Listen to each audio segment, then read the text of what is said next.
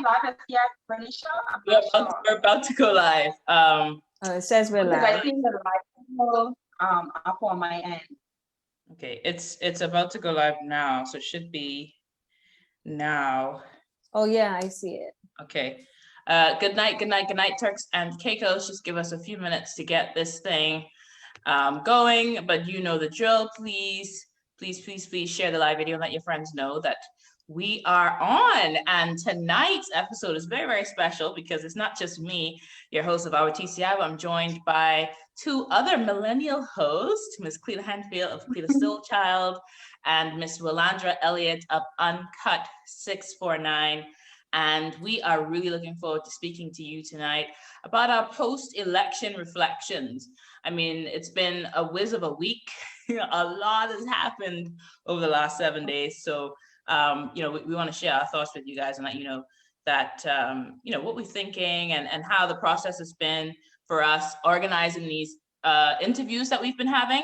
So a lot of you think that these interviews are really easy to put together, but if you had a minute to hear us before the live came on, you would have heard where we were talking about how a lot of work goes into ensuring that the quality, the standard, the guests, and everything works, and all that happens behind the scenes in the run up to the episodes that you kindly engage with and get to participate in.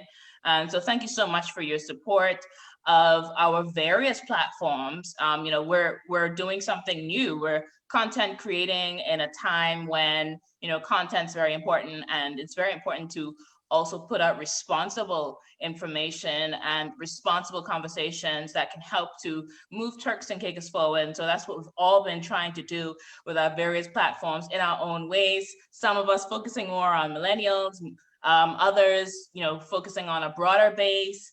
But overall, I think we all have a love for Turks and Caicos Islands, and that continues to shine through. So I'm just going to give you guys a few more minutes to tune in. But in the meantime, I'm going to do a little bit of a rundown on what's happened over the last 7 days. Can you believe it, girls? It's been 7 days. 7 long days. Oh my word. I feel like on Tuesday, I feel like it was Thursday for the last 3 days. And then by the time Friday came, by the time today came, I woke up this morning like completely over it. I was like, Lord, it done been a week. It's been a long I think also how to make it seem like all that time went by and make it seem like it was so much more time was the fact that the swearing in happened right away. Everything seemed to happen right away versus most times it didn't seem to happen that quickly.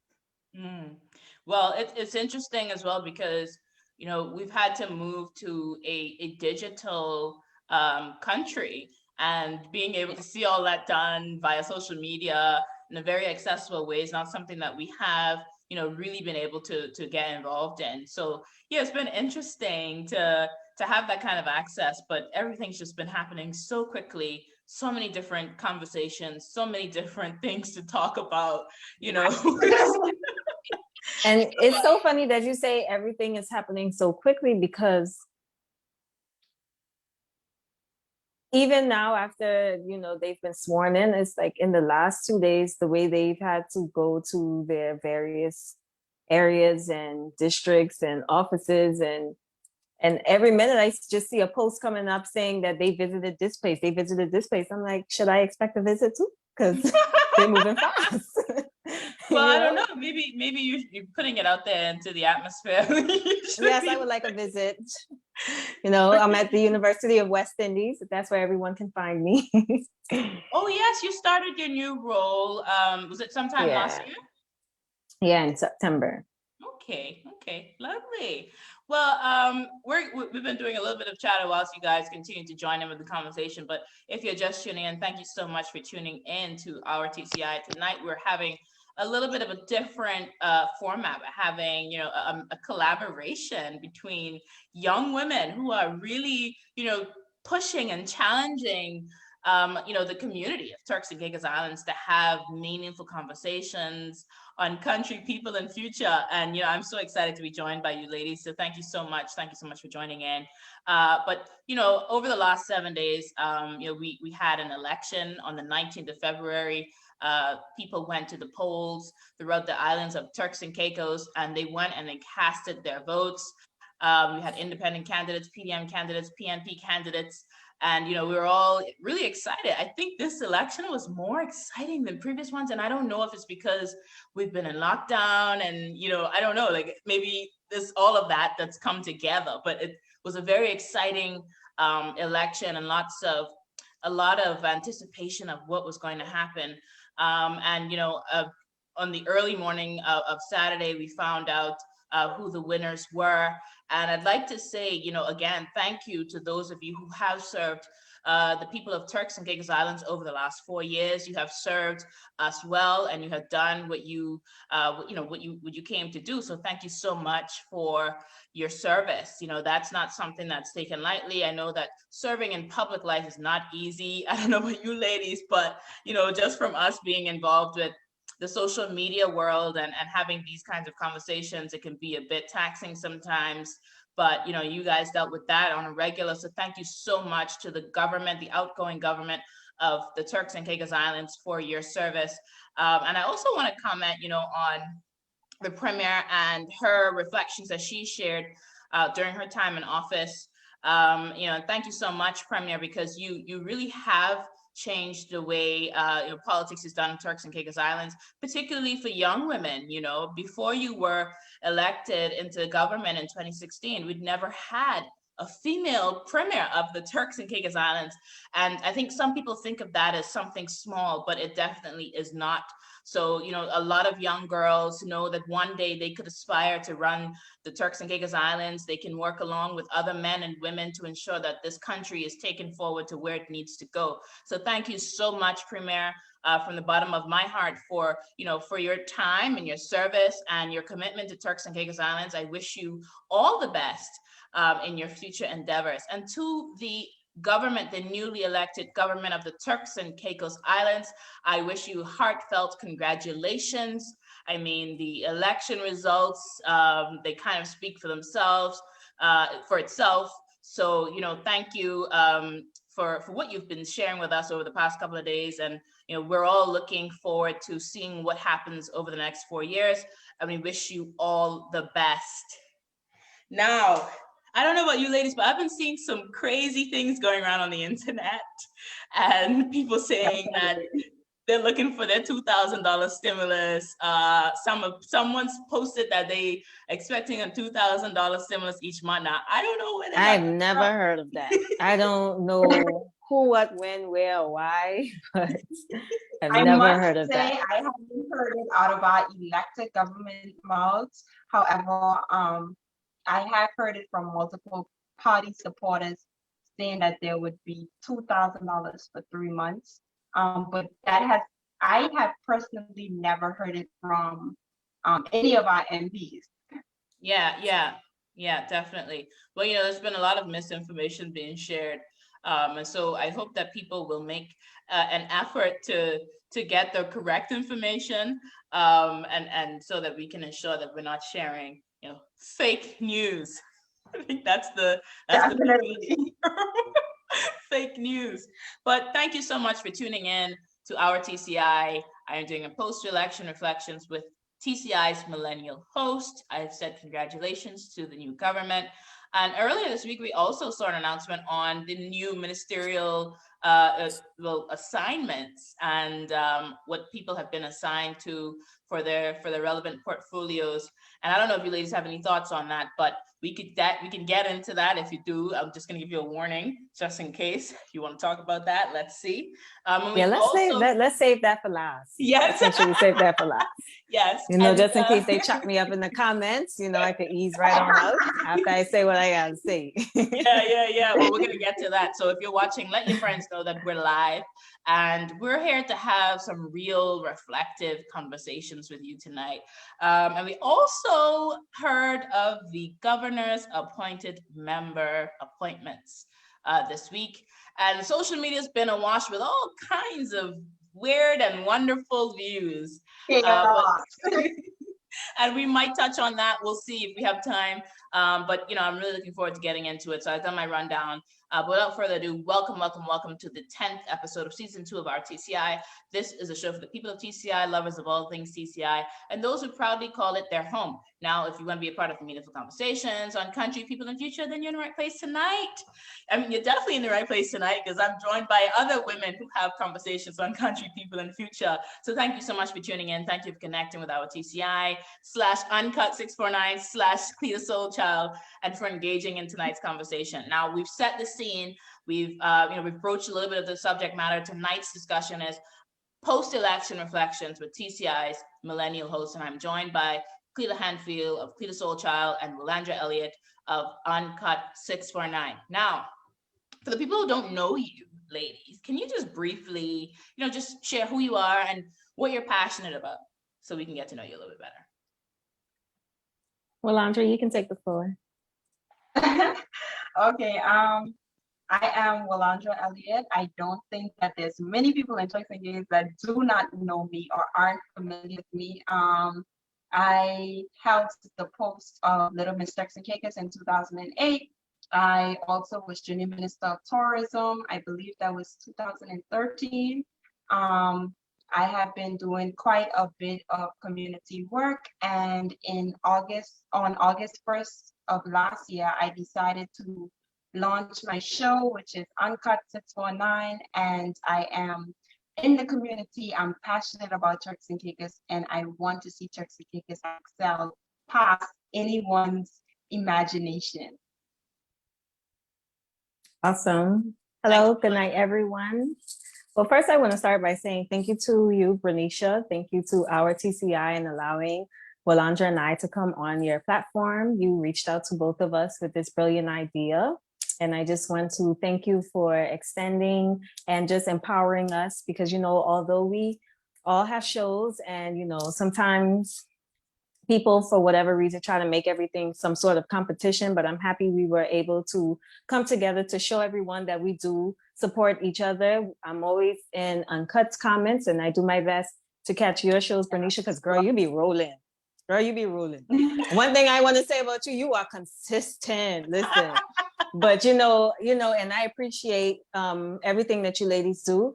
But good night, Turks and Caicos. My name is Cleta Hanfield, also known as Cleta Soul Child. I did start my podcast, Cleta Soul Child Podcast, Making It Millennial. It is geared towards millennials and self-actualization. If you're not familiar with how this story came about or why I started the podcast, last year before the pandemic, I did quit my job to pursue my business, Paradise TCI. I was supposed to debut and launch at Lipstick and Things, and I quit, believe it or not. February 28th was my last day. And no, 29th, because last year was a leap year, right? I think so. Yes, it was February 29th. And the next month, lockdown. So, I believe that if you know me well enough, I believe in being transparent. So I felt like, I was cornered. I wasn't working. I couldn't start my business. So there was no way for me to make money. So I just felt trapped and I was like, what am I going to do? And then I just tapped into Cleta Soul Child. At first I started off with hee hee ha ha. I ain't gonna lie. I didn't expect Cleta Soul Child to grow. And yes, I didn't expect it to grow where it was, but I mean, where it did or is right now. However, with the support of the Turks and Caicos Island people and even outside of Turks and Caicos, I just want to thank the viewers because I always want to say that my show did not excel and evolve to what it is by myself. It really took people supporting me, sharing my flyer, tuning in to the comments, giving me constructive feedback so I can improve myself to in turn be a better host and provide a better podcast for you all. So thank you. Oh, thank you so much, you ladies. Definitely inspiring another generation of people who are coming up and might even make some money, some big money off of this in the future. Who knows? We'll see. But claiming it, girl, claiming it. Actually, out of the three of us, Cleta, you were the first one to start doing the show. Yeah. Yes, my first show started April 29th. I'm actually trying to think of what I'm going to do on the anniversary. I got to keep up with these things now. Yeah, I started 1 week. I think it was 1 week after you. Yeah, you did. Yeah. And you've been blazing, girl. I must say you've been consistent. And for me, I felt like I had to take mental breaks over time. But I must say you've done an Mental amazing breaks are job not important being though. scared. Sorry, Rolanda, say it again. No, saying mental breaks are important because Very, if very Yeah, more I'm big time on listen. I'm telling to y'all, if I ain't right upstairs, y'all ain't getting no show from me. I just letting y'all know. But I do want to say what I love about Bernicia as well, what I can respect and say about Bernicia is that you're not scared to dive into the uncomfortable conversations. You know, some people feel like, oh, that's too touchy. Like, why you addressing that? And my girl is be having people on her show like, hey, the people want to know what's up. We got questions that we need to ask, and she ain't scared to ask. You know. Yes. Well, thank you. Thank you so much for the encouragement. I mean, and it's not always easy because one of the ugly sides of putting yourself out there and having these kinds of conversations and, kind of troubling the water a little bit to help us, really address some of the elephants in the room is that sometimes you get a little bit attacked. I mean, sometimes you get attacked by fake accounts or people, with their views. Some people don't know how to definitely. respectfully share their views, And I want to add to that, for you ladies, because at the end of the day, what my family continuously reminds me, well, first, what I think is important, and I don't know what you guys do to prep yourself or keep the momentum going for your show. I have a solid support system. My unit, like they are on top of me plenty days. I want y'all to know I did not even want to show up, but they kept me consistent. Or if I feel intimidated, or if I see or heard something or some kind of comment or opinion made about me, they remind me, listen, Cleta, at the end of the day, an opinion that belongs to them, that's theirs. And you don't have to take that on. And I want to share that with you too, just in case, it could be some sort of comfort in the future. Oh, thank you so much, Cleta. Look at Cleta with the encouragement, girl. Thank you. I try. Yeah, no, Cleta is definitely. always inspirational though. That's one thing about her. Your posts Yes. I try. always try to push people. I'm And inspirational because I'm very negative sometimes. I'm sorry, but y'all know I'm gonna be honest with y'all. But no, it's not easy. And, having a support system, I know we all have our family members who some shows there's only 20 people watching, sometimes less. And, our family members show up for us. Your family members. Yeah. But you know what? Thank you to the family members who show up. Right. And it boils down to, because I don't know if this happened to you ladies, but as much as we try to pretend like the numbers don't bother us, because like one week, one show, you'll have like a strong amount of views, and then the next week it's like dead, and it's not because nobody's interested. It could just be the time frame. Like, let's use Valentine's Day for an example. If I would have had a show on Valentine's Day, girl, it would have been dry like the Sahara Desert.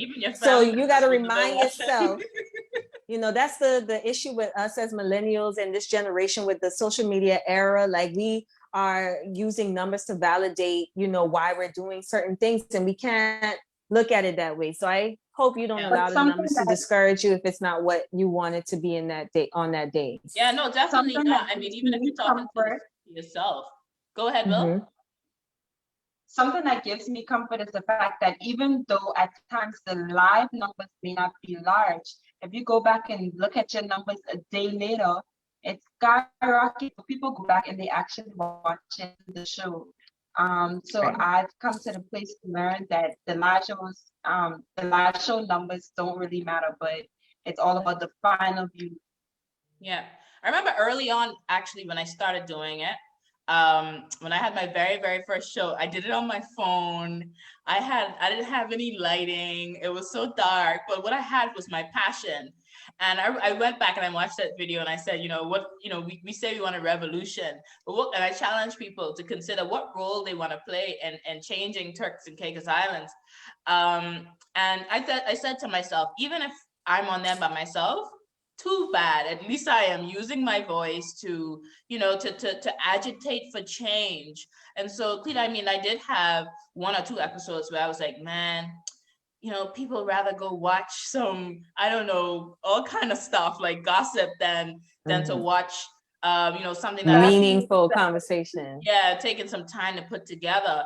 And it was a little bit discouraging a few times, but then I had to tap myself on the shoulder and say, pat myself on the shoulder and say, look, girl, you got to do this. Even if you only impact one, then your mission is done. And that's it. I mean, God has given you something to say.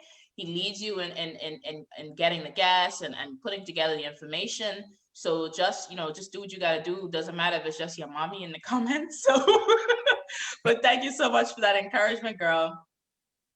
One thing, Bernicia Marie is always in the comments. If I don't see no one else, shout out to Mrs. Cox. That's my girl. But she is definitely there. She wants you to see that she's there for you, Bernicia. I love your mommy because your mommy is stylish, girl. Listen, your mommy she's amazing. She's cute. Well, ladies, let's get into the election coverage, the pre-election coverage, and what that was like. Now, what was the process like for you? Let's start with you, Will. I mean, what was the process like for you in organizing those sessions with the different candidates, and any challenges you encountered whilst planning those sessions? For me, basically, I jumped into planning mode from probably like 2 weeks before the House dissolved, because I realized we're 2 weeks out, and whether she called it or not, it would have to be called. So I jumped into planning mode in terms of what topics I wanted to do and all of that type of stuff. When it came to the process of actually nailing down the candidates for the interviews, that was one of the most difficult things. Oh, yeah. Especially because they had a lot of events going on, because everything had to be virtually. So between the party events and candidates canvassing, it was so difficult, especially because Uncut usually airs on Saturdays at 7. Yeah. And what happened is most days that's their work day. So for me, that was the most difficult thing, which is why I actually put on a second show on Tuesdays during the election period, so that I could be able to facilitate as many people. That was another downfall. I wanted to get all the candidates on, but because the time frame was so short, I wasn't able to get everybody. So just the quick elections really caused everything to be rushed, and it added a whole lot of pressure. Yes. Well, thanks for sharing that. Cleta, what about you? I mean, what was it like for you organizing those sessions and getting people to, coordinate? It was not difficult at all, believe it or not. I can't complain. The only thing that I would say was like, which I agree with Walandra with, was when she called the election, it was only like my shows are premiere.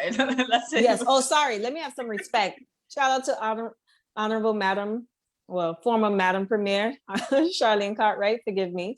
But yes, when she called the elections, and my shows are on Sundays, I technically only have 4 Sundays. Not even 4 Sundays, 3 Sundays, because Valentine's Day was the Sunday before the elections.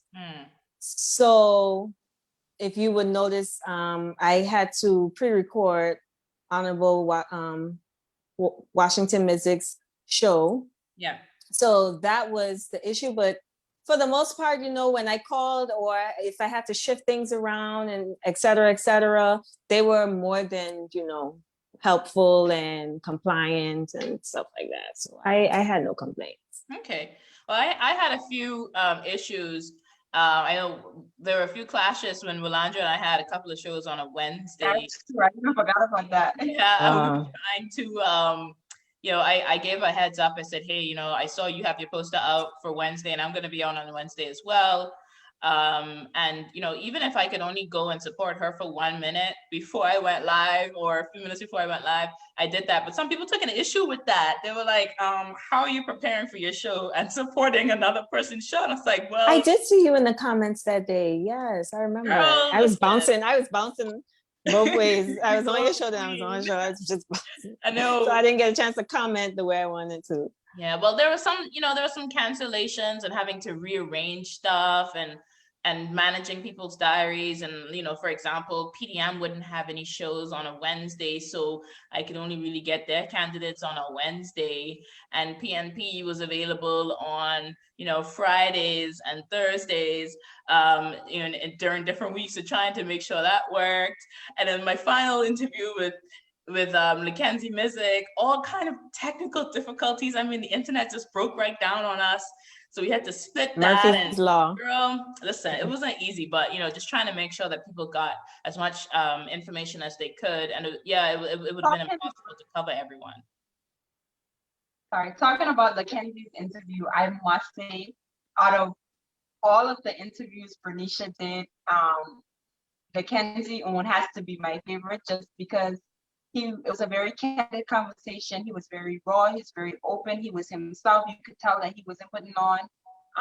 So that was one of my most favorite interviews. Actually, I love Jackie's interview. Listen, Jackie said, don't vote straight down the line. Just give Jackie one. Listen. Yeah, I know, and I learned so much about her through your show. I must say, I learned a lot about her through your show. Okay. Well, thanks for sharing your personal favorites of that you did, like of yourself, like of your own interviews. Well, for me, what was my favorite? Mm-hmm. Oh, girl, you're trying to get me in trouble. I'm trying to see who's my favorite. Well, I really enjoyed the interview with Miss Jackie Lightburn. She was herself. She really brought herself to the conversation. Mackenzie was also very interesting. And a few of the things he said, I was like, oh, okay, my guy, you're very bold. I love it. I mean, like I said, he was raw, and that's why he was my favorite. He was so bold. He was like, look, at the end of the day, win, lose, or draw, I need to step up to the plate. I'm a young man, and I realized that, Turks and Caicos won't change unless we put ourselves forward, period. I was like, all right, okay, thank you, Mackenzie. You came, broke the internet, and said what you said. And your interview actually has almost 3,000 views. So, people were watching that and sharing it afterwards, because we did that during the day as well, while trying to make sure things were working out. But, one of my other favorite interviews, I have to say, I really enjoyed the interviews I did with the younger candidates. So by younger candidates, I mean, I really enjoyed the interviews I had with Bobby Bean, Jamel Robinson. I also quite enjoyed listening to Mr. E.J. Saunders. But not to sound ageist, and definitely I'm not, I really enjoyed the interview I had with the premier. So yeah, I said younger, but the premier is young at heart. So I really enjoyed that conversation with him as well. He was so sharp with the responses to my questions. And I was like, okay, all right, give me a minute. I mean, okay. He was so sharp, and it was really interesting. And the audience was very engaged as well. I don't know, for those of you who are watching, what was your favorite interview out of all the ones that you've seen? Do you have a particular favorite that you enjoyed? But yeah, I really enjoyed, doing all of them. But, it was a lot of work, though, to put those together. It's so funny that you mentioned, because how I also mentioned that, my struggle was not enough time. And, a lot of people came to me like, oh, why you didn't have this one on your show? Why you didn't have this one on your show? And it's like, I had to be, strategic and logical about it based on the time frame I had. So, I just focused on the millennials, and I don't think I got a chance to get all of the millennials on the show. So I also just want to have an opportunity to clear that up as well, because, I did feel bad I didn't get a chance to interview everyone, but I wanted to, at least since my show is geared towards millennials, I just wanted to at least get most of the millennials on, and the former premier and the current premier now. So that was also something that kind of bugged me, but it was what it was. Yeah. Well, I also really enjoyed the independent candidates. They were very interesting, because they brought a different approach to looking at things. So it was quite interesting, to see what the independent candidates were saying versus what the PDM candidates and the PNP candidates were saying. And all around, it was a very enjoyable and informative process. So I really enjoyed that. I asked the audience what was their favorite. One person said Honorable Jamel Robinson. One said Pastor Courtney Mizik. Yeah, Pastor Courtney Mizik was great as well. I really enjoyed that. So, it was people think that you walk away from the show thinking there's one favorite, but I struggle to have just one. I really enjoyed, I'd say all of them. I enjoyed all of them. Well, what topics were you particularly excited to hear about? Because, you know, we spoke about a number of things: crime, youth, you know, some of the different things we touched on. What were your favorite things to talk about or hear about, Cleta? I would say my favorite one would have been to hear about what was their, first of all, perspective on mass migration and what they would do to help change the issue of mass migration here in Turks and Caicos. Because, you know, unfortunately, there's not a lot of people that has the option to leave, you know, and at the end of the day, some do go away to school, but they have to come back here, but yet they're not happy to be here. So they do still try to find a way, an outlet to go somewhere else where they feel like they can thrive. And, you know, there's the issue and the conversation that there are a lot of us out there that are seeking education to better our country. And it's not that we don't want to come back, but, you know, once we get the education and then an opportunity arises where they're currently living, whether it's US, UK, or anywhere they've obtained their degree, then there's this, what's the word I want to use? There's this animosity of, oh, they won't even come back to better their country and da da da da da. And it's like, you know, some of them probably were on student loans, and if they come back home, they won't even have a job that's sufficient enough to sustain their lifestyle, to live here, let alone pay off their debts. That, you know, got them that degree. So there's a lot of things that needs to be taken into consideration. Yeah, for sure. Well, what about you, Will? What were your what topics were, you know, really exciting for you? I'm gonna say what mine were. For me, I was more focused on basically three things: crime, which is not under the government's portfolio, but it is something that they could put pressure on the governor for. And it is something that impacts our youth on a whole nother level. That's another thing, the development of youth, what is going to be done in terms of when you graduate from high school. A lot of kids feel like there's nothing to do. Even while you're in high school, people are feeling hopeless. What is going to be done so that youths can be developed holistically? And third topic that I enjoyed and that came up constantly was prison rehabilitation, because we punish our prisoners, but rarely do, I shouldn't say rarely, I don't think we ever rehabilitate them. We basically just send them back into society and it's sink or float. Actually, I found it so interesting that people were so passionate about agriculture all of a sudden. And I was like, you know, where was all this passion? I think in one of my interviews, I was like, okay, so, you know, I think maybe COVID had something to do with that. I think people really realized and appreciated agriculture a whole lot more when COVID hit.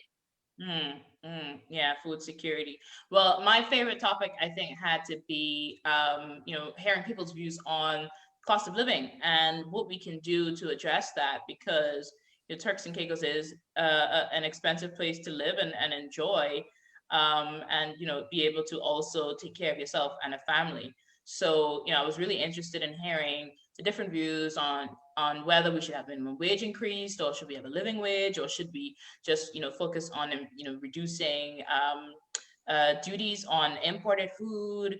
So many different solutions were put forward. And so I was always interested in hearing that, as well as people recognizing that the opportunities for the youth, they are not what people say they are, you know, and really recognizing that the youth do have, you know, the feelings are valid and it shouldn't be dismissed.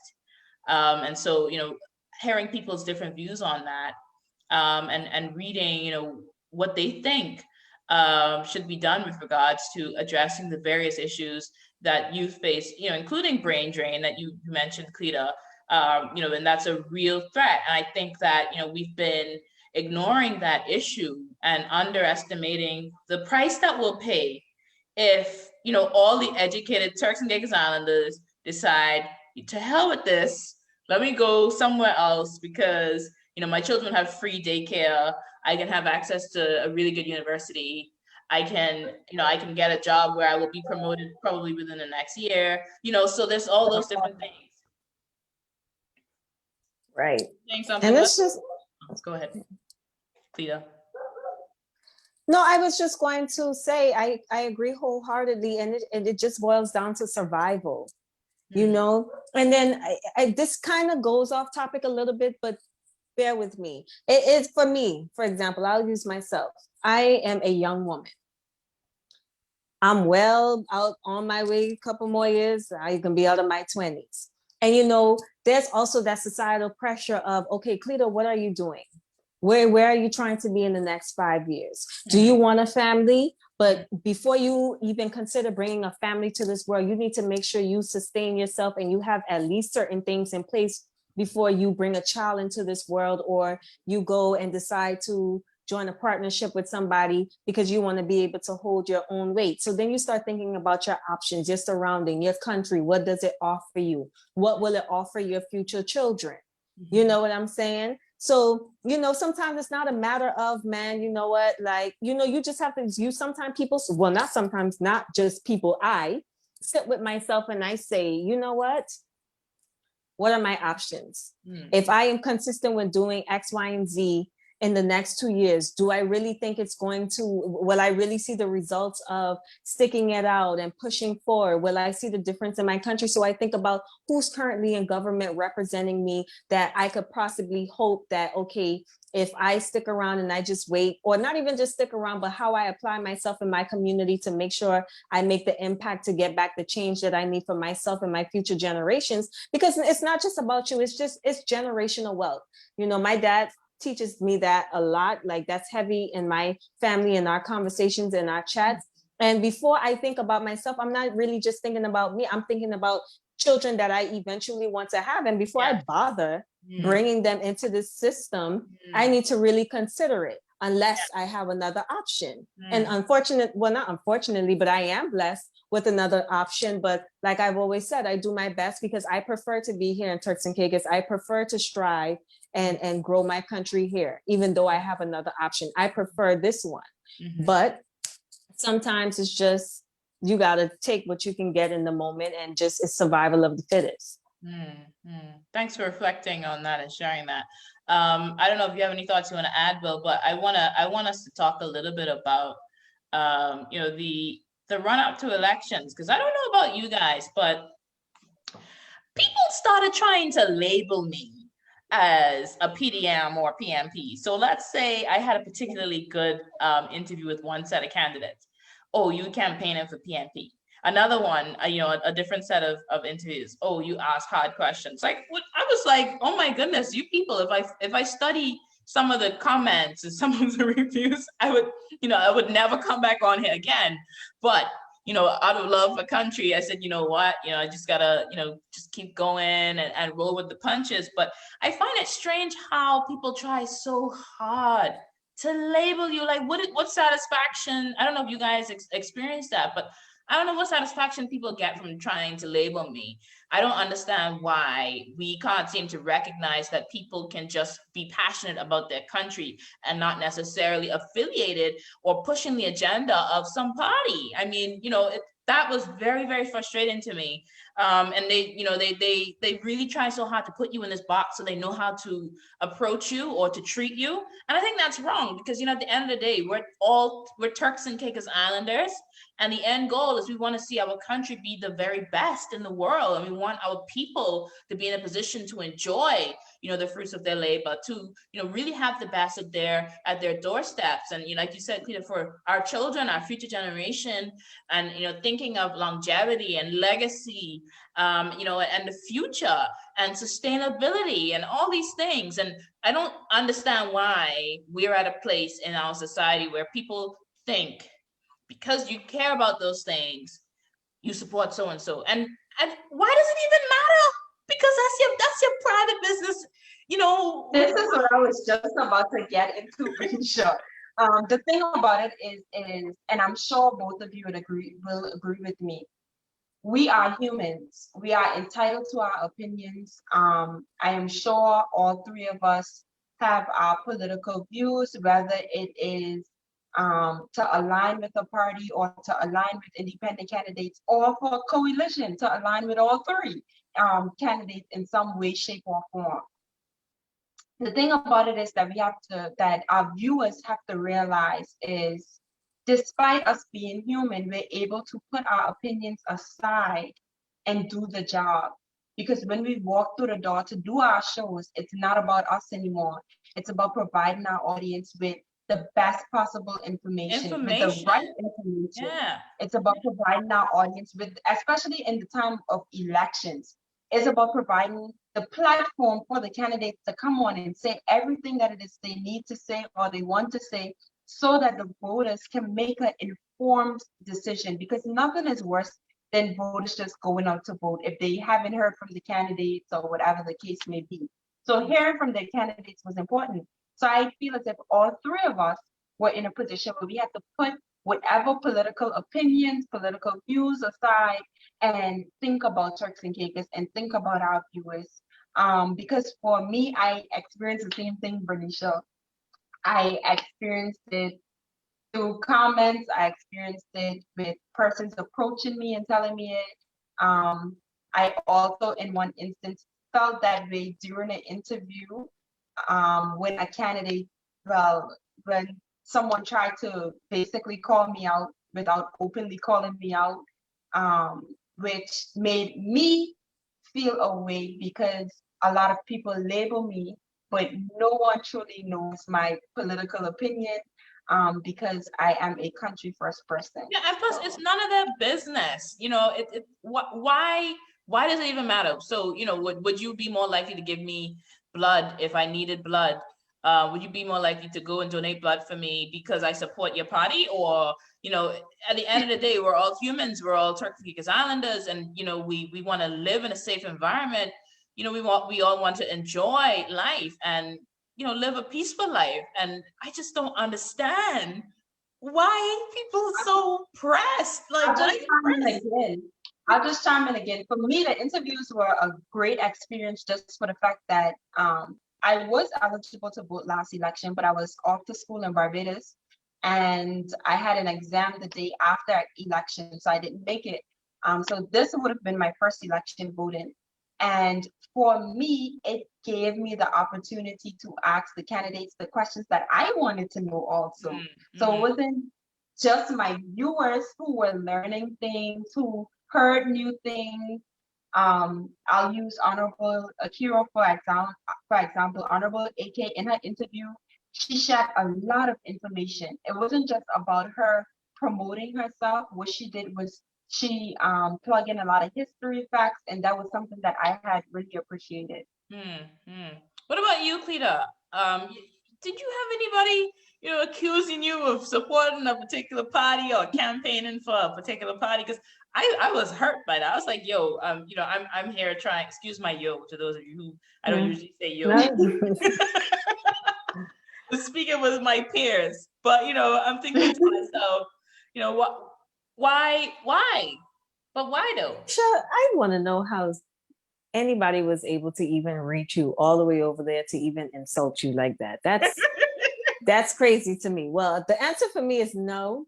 I don't know if it's because I have myself so boxed in my own corner, and I am in my own world. But no, I did not experience that at all. And because I was so, but for me, I was so heavy on making sure that I did not get approached with something like that. I just wanted to make sure that every time I did my shows, every time I posted a flyer, you wasn't gonna get me post a PMP before I post a PDM, or a PDM before I post a PMP. Every time I had to post anything I had to announce, I made sure both were present, and I wanted to make it abundantly clear that, I tried to have even amounts of party candidates on as well. So if I had a PMP on 1 week, I tried to have PDM on the next week. But that's the same thing that I did. I always made sure I kept a balance. I had a PDM on Saturday. So I did the same thing. I balanced it, but Cleta didn't work out as good for me as it did for you. Yeah, I'm sorry. I'm sorry, but man, I wasn't playing that. I said, I'm not doing this if it cannot be done right. But I can genuinely say nobody approached me. The most people would ask, like, who I would thing for, and I would be like, it don't matter. It doesn't matter, because the way those votes happened, the margins, you can't even be mad at one person for anything. But it's Right. interesting because, you know, I put up a poll. On my personal Facebook page like a few days before the election, actually just one day before the election. And I was asking people who they think, you know, who do they thought was, you know, who do they going think to win? was going to win? Huh? And we thought it wasn't going to be that big of a margin. Yeah, I I thought it was going to be closer than that. I missed the poll, Bernicia, but I do have a question for you all that just struck in my head. Oh man, I lost it. Lord, I'm too young for my brain to be going. The poll was saying that 70% chance that the PNP was going to win, and the poll was right. But you know, people thought that I was manipulating the poll or something. Like I couldn't even vote because it was my own poll. Oh man, I lost my question. Oh yeah. I hope it comes I gotta back. do better. I hope so too. Yeah, but it was something that you said that triggered it in my mind. But you know, that's what I was going to say. Do you think, because they say as millennials, you know, we have no reals, because we don't have any patience, it's almost like we don't really have no real loyalty to anything. What's your thought on that? Because I'm loyal to my country and that's it. You know, they feel like we wishy-washy, but you know, I don't think us what they consider wishy-washy, whether we would decide this year we PDM or next year we PNP. I think because millennials have proven that, like you said, you're loyal to your country. We just care about the facts. We just want to know, listen, I'm not blind. If you ain't making sense. Something that people need to realize, yes, millennials, which I'm not a millennial, I'm actually Gen Z. Millennials and Gen Z. Sorry. We come from a microwave age. Everything we want is push button. But the thing about it is that is not our thinking process when it comes to election. What has happened with millennials is, when you give us your manifesto, in the case of PNP this election, when you give us your citizens contract and we read it, that is telling us what you're going to do for the next 4 years. That's not telling us what you're going to do 4 years, plus maybe if you get in next time. So we're anticipating it to happen in the 4 years. So if you don't make it happen in the 4 years, and we switch you out for a new party, that's not us being wishy-washy. That's us holding you accountable. You know, I have a lot of respect. I want to shout out to they were on your show, Alondra, and your show, Bernicia, his LT, Dom. Leo. Yeah. Listen. Oh yes, Leo. Yeah. Sorry, so that's not his name. I just call him LT. his name is LT Born on Instagram, but his name. Well, I call him LT. Sorry. But Dom, listen, I love to hear Dom. Listen, when y'all get Dom fired up, hey, that boy don't play. And I love to hear Dom speak because he loves his country. And who else? Ra Serrano. You know, I respect those guys because at the end of the day, you know, like they embody, and Jay Sadler as well. Shout out to Jay. Oh, Jay just commented. Hi, Jay. Okay, hey, Jay. And I want to say, Jay, I saw your comment earlier. Thank you. But, you know, it's just at the end of the day, we are people that know what we want. And I think the difference with us as well is we've had the privilege to live in different countries and expand our mind to different things. So we know what our country can be capable of because we've gone out there, we've seen a different world, and we know what we can go out there and apply to Turks and Caicos Islands to make it work for us. Mm-hmm. You know what I'm saying? And I think that's what, you know, that's why they look at, oh, those millennials ain't loyal, or, you know, the saying is, you know, the household, the family, oh, my mommy been a PDM for 25 years.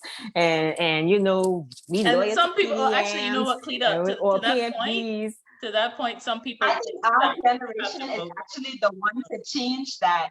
Because we sitting up here saying, we doing that. What we did was we flipped the landscape last election. This election, what we did was we flipped the landscape again.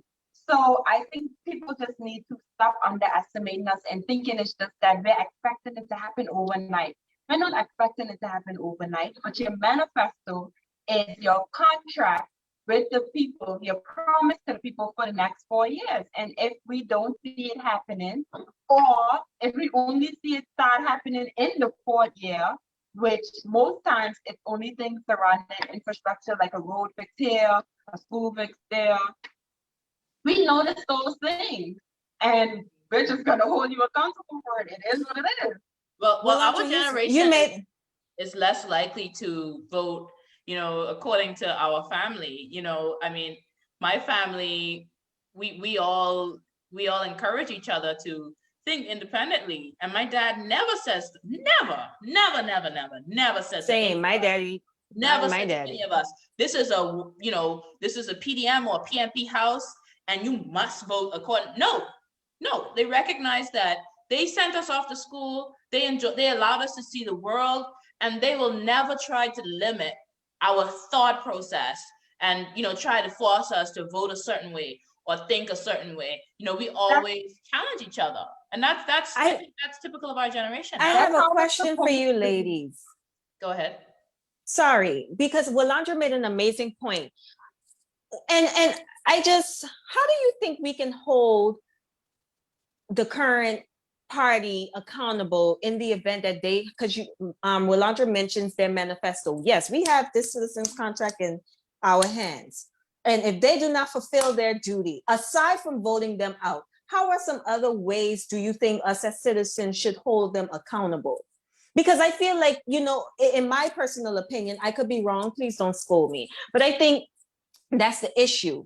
There's a constant back and forth of, okay, this party didn't hold up their end of the bargain, so we've just vote them out. Then this party comes in, they don't hold up their end of the bargain, we vote them out. And it's a constant tug of war, it's a constant back and forth. So aside from the whole voting them out, how else do you think, in your opinions, ladies, should we hold these people accountable? Because that's what I'm all about, accountability.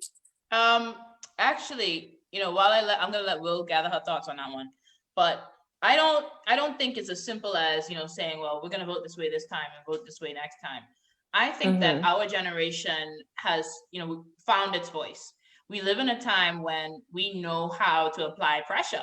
Literally, I mean, social media is something that we have grown up with. Our generation and even Gen Z and other generations, they have grown up as digital natives. They know how to use social media. We know, I saw where a portion of my interview with the premier went viral.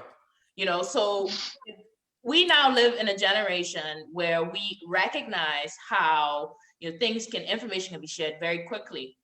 And I think we recognize that we can also use our voices individually, collectively, and to find people who believe in what you're saying, who agree with what you're saying, who can challenge you to to think differently as well, and use that avenue to continue to challenge our governments, continue to write, continue to speak out, continue to have these kinds of shows. Apart from how you vote, these platforms are activism. In their own way, we're activists because we are activating change. We're literally active agents of change, because every time we have a conversation, every time we have a guest on, every time we have an episode and we have a particular topic, we are challenging people to think of their own views on something. Sometimes we're challenging them to accept our view. Sometimes, we don't necessarily get them to change anything. But at the end of the day, people, are engaging with these platforms. And I think we shouldn't underestimate the value and the impact of our voices. And that's something that we're continuing to grow into. I know in Turks and Caicos in particular, people are afraid of victimization. And we have a large portion of our population who works for the civil service. So people in the civil service can't really share their views. They got to use fake accounts sometimes to share political views. And I feel, I hate that they have to do that. I hate that there's such a large portion of it's honestly exhausting, to be honest. Yeah, it's exhausting. So that's one way we can continue to hold governments accountable. We need more investigative journalists as well. Journalists, they need to. I think the media's gone through a transition over the last couple of years, but I would like to see our journalists back at the forefront, asking those hard questions, challenging the government, because listen, I must say 14-1. I must say, magnetic media, yes, Ms. Deandra Hamilton. Listen, she don't know, Deandra, if you ever see this, girl, I am your fan, okay? But you know what I do want to say? Aside, when I look at politicians, aside from their credentials and their resume, do you know what's the first thing I look for when I look at these politicians? I think integrity is a very important thing to have when you are representing a country. I think that is a serious thing. Yeah. It's almost as simple as, I was a former banker, and you have HR gives you the handbook of the what do they call it? I don't even remember. But either way, it highlights making sure you have respect for your colleagues, integrity for what you're representing, which is the bank, making sure you carry yourself with a certain level of morals, et cetera, et cetera. Now, granted, I get it. We're human.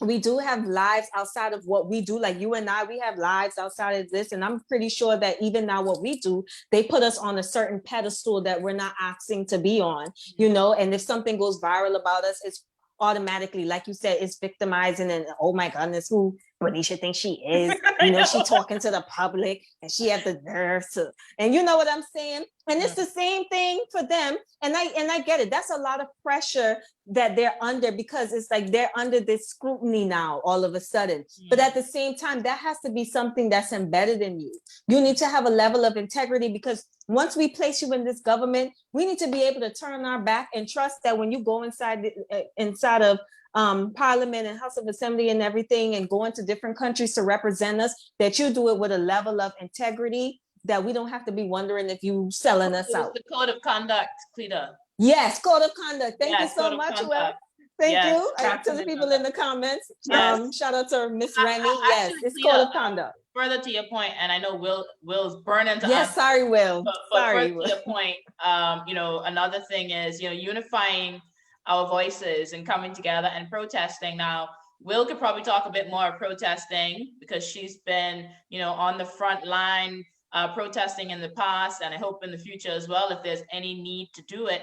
But, we have to recognize the power in coming together and, really unifying our voices, not just on social media, but in public places, occupying in a safe way, whilst not breaking the law. And ensuring that we're heard, going to town hall meetings, really encouraging our people to go to town hall meetings, ask those hard questions. If the minister has office hours, go to the office hours, ask some questions, and just, we can't just wait until election time to hold these governments accountable, because then, they could have 4 years of just gliding, and then 4 years later we vote them out. But that doesn't help us, because then we're 4 years behind where we could have been. So we have to continuously, encourage them, but also, have those conversations in our group chats, have those conversations with our family members, have those conversations in public and private forums, come together if there's issues you think need to be tackled. Now, Will, we got to give you the floor. What do you have to say? How can we hold governments accountable and voting them out? So firstly, I would say that I feel like this administration is off to a good start, because they've done something that I hadn't seen done before. They have issued their 200-day plan. So that first step will allow us to track their process after 200 days. So I feel like that was a good first step, and that was something that I don't know if that's where they took it from, but I am most familiar with that happening in the US with their first 100 days. So seeing that happen here is really good, because it means that this government actually wants to be held accountable, because they're giving you something to track them by. Also, Bernicia, I totally agree with you. Make use of the office hours. Make use of their emails. They all have official emails. They're not their personal emails, so you could reach out to them, because it is the government's email. So feel free to reach out to your candidates if you feel as if you're MP now. You're MP, not candidate.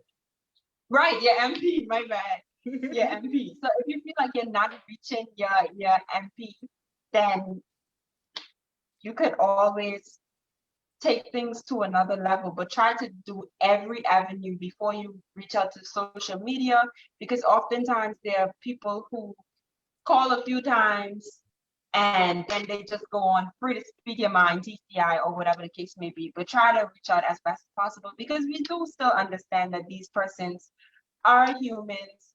They do have a very busy job, but at the same time, we are the ones who voted them in, so we should hold them accountable. Definitely. But I'll definitely say that if after the 200 days, PMP is able to give us another timeline to track them by, that would be awesome. Y'all will get more brownie points from me.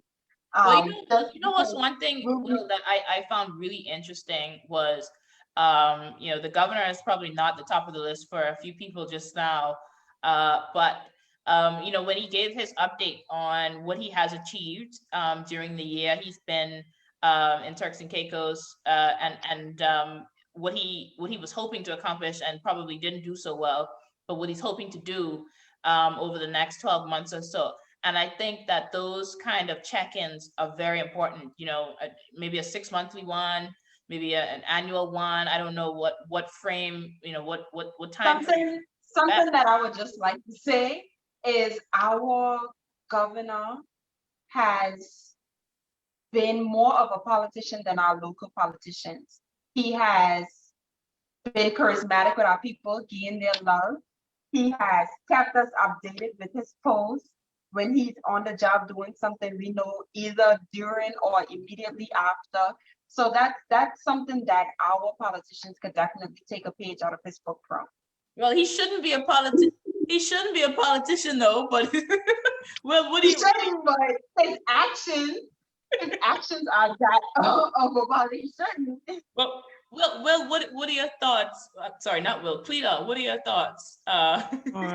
Oh, what, girl? Listen, you trying to get messy with me? Because I got a lot of thoughts. We can listen. However far you want to take it, like that's no, I'm good. I mean, but what are my thoughts as far as the governor? No. But what we were talking about just now, anything you want to say? No, we've been saying so much things just now. No, but I mean, I mean, back and forth in conversation. Yeah, I mean, I agree. At the same time, what I do agree with Will on is that the governor is a breath of fresh air, because there was an era in the time where governors come here. We only hear about them when they're announced as the new governor for Turks and Caicos, and then we hear about them when they're on their way out. You know what I'm saying? I don't know if I agree with that. So whereas his persona seems like a breath of fresh air, something that I always keep in my mind is at the end of the day, the governor's position is a queen appointed position. So no matter what, yes, he's here to carry out the queen's agenda. So that's something that I agree, Will. I agree. There's more I wanted to say. I agree. Let's get into that. Let's Yes, I agree. Let's go. Now, here's my thing, you know, and you see, I feel like this conversation, this particular topic here can go in so many different directions. It's like, at the end of the day, I do appreciate that he keeps us in the know. He communicates. What we can't take away from him is that he communicates. Now, as you and I know, social media is something that is used to manipulate people. Now, at the end of the day, behind the screen, that's a whole different ball game. You get what I'm saying? And what I will say is, and I'm going to leave it here. We have to make sure we educate ourselves, and we make sure we are strong-minded within, and making sure up here mentally that we don't allow certain people to just come in and say nice things to us and show us that they're doing what they're doing, and then they're pulling the wool over our eyes. And that's my only thing. Now, granted, I would say the governor, like, aside from how communicative he is, I realize he's strategic. That was his role, you know. He's very strategic, and strategic people scare me. That's the only thing I'm gonna say. Like, strategic people scare me, because people, when you're strategic like that, and you're making sure you're careful about how you dot your I's and cross your T's, you know. But I can understand that point of view as well from a different angle, simply because he is the governor, and he has to, make sure he protects his role, protects himself, and he doesn't do anything that could cost him and cost his role and his agenda for the queen. Well, But, I feel like we're straying into the appointed member discussion a little bit, but I'm gonna back it up. Oh, are we? I'm gonna back it up a tiny bit. I'm gonna back it up a tiny bit because we're straying into that a little bit, and we're kind of getting ahead of ourselves. But I want to say on the governor point, Will, you make a good point, and Cleta, you also make a really good point. There's a number of things in there. The governor is a diplomat, right? He's been sent to Turks and Caicos Islands. His Excellency has been sent to Turks and Caicos Islands to represent the Queen, the figurehead, the head of state for Turks and Caicos Islands. And as you said, Wilandra, he's not elected. He is appointed, and he has some veto powers in cabinet. He can say, no, I don't think this will work. But he did say during his speech on, was it Monday? He said on Monday or Wednesday? I don't remember the days of the week now. I'm getting all mixed up. But during his speech, when he was swearing in the new ministers, he did say, at the end of the day, I haven't really had to use my veto powers, but I do have those powers. And he explained the different roles of, the AG and himself and the premier and the other members of cabinet. But it's interesting, because this whole, what I'm picking up on is that at the end of the day, we have an unelected person. And that is to do with the fact that we're a British overseas territory. We're not independent. And so whilst we do elect governments, it's, for some of us, it's a bit uncomfortable to know that at the end of the day, someone that's sent over from the United Kingdom has, so much power, so much say. And I want to add something to that, Bernicia. What it boils down to, if we're going to be honest with ourselves, is trust. And it just goes back to the mentality of us coming from slavery and the whole white man thing, and we can't trust the white man because they have the hidden agenda, et cetera, et cetera. And the only thing that I would say when it comes to that mentality, I can understand that, we can't help as Black people keep our guard ups, and especially as Turks and Caicos Islanders, there's a guard there, and that's fine. But the only way you can protect yourself from, if you feel like being, blindsided by what we call the white man and them trying to take over, is just basically educating yourself. It just boils down to education. Because once you have the knowledge and you have the education and you educate yourself and you know what you're talking about and you know what they're talking about and you know what your rights are, then there's nothing to fear, if you get what I'm saying. But that's just my opinion. Y'all could. I agree with the point about us being fearful coming from slavery, but you also have to remember Caribbean history in it as well. So it's not just about fearing the white man. We've seen what they've done to our Caribbean brothers and sisters. We've seen how colonialization has happened throughout the Caribbean. Not only that, we're now experiencing neo-colonism here throughout the Caribbean, because it is deeper than just slavery. If you want to talk about neo-colonialism, we're the poster child because we are still a British overseas territory, which means we're a colony. It's just a fancy word to describe a relationship. But go ahead, Will.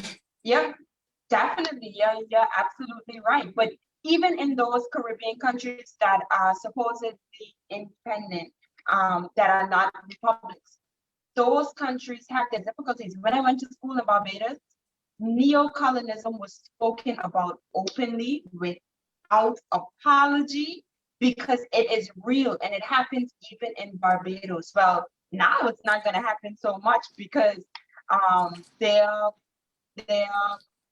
I was about to say premier, but they don't use Prime premier. Minister. Their prime minister, right? Their prime minister, Honorable Muttley, is actually trying to, or I believe sometime this year will become a republic. Yeah, they're gonna be removing the But yeah, they're essentially gonna get rid of the queen. They're changing their independent status to a republic, which very few Caribbean countries have that. Trinidad is one of those. So it's a blessing to see our Caribbean countries take these steps. It's a blessing to see a country like Barbados take those steps because they have so many, let me not say so many Caribbean countries, we fear independence when the word alone is mentioned. But when we look at countries like some of us, Barbados, I think you have to say some of us will, because some people, you know, they're not fearful. I agree. I'll say a very large portion of us do. That's why I generalize, but you're absolutely right. A very large portion of Turks Islanders fear the word independence. But when we look at our Caribbean brothers and sisters, Barbados currency exchange rate, which I believe is still the same. When I was living there, it was 2 to 1 US. That's not bad at all in comparison to other countries. Their busing system seemed to be operational. Well, not seem to be, it is operational because I never had a problem catching a Zeta or a bus or a van. That's what they call them there. So there's things and steps that need to be done here in Turks and Caicos that our other Caribbean countries are already doing it, but we're not making those steps. So when people mention the word independence, I think us Turks Islanders need to realize that it's not saying let's go independent tomorrow or let's go independent now. It's about starting the conversation because that is how you get people's minds. And after you start the conversation, you have to do the groundwork. You have to put in simple things. You have to put in a busing system. There should be certain things in place in order for us to go independent, which is why we can't just go independent overnight. First of all, our constitution barely allows us any autonomy. So we have a whole lot to work on. Actually, Will, you said quite a bit there. We have a comment from Mr. Damian Wilson, and he says that neocolonialism is a socio-economic power structure. And as well as that, whilst becoming a republic doesn't end neocolonialism, it is a first step. Thank you, Mr. Wilson, for sharing that with us. But Will, you actually said a bit, quite a bit there. And, as a nation, we haven't really spoken about independence. We've never really had a national conversation about independence. We don't have debates in schools about independence. We don't encourage our children to write, their thoughts on independence. But, just to bring it back a little bit to the candidate interviews that we did any of you really speak about independence with any of your candidates? Did anyone bring it up, or? I realized after the fact that I didn't bring it up, and I regret not bringing it up. What about you, Will? Did any of your candidates bring it up, or? Yeah, I didn't speak about independence either, but that would have been a really good one and really interesting to see what they would have said, especially from the party heads at the time, especially from the former premier as well as our current premier. It would have been interesting to get their point of views on that.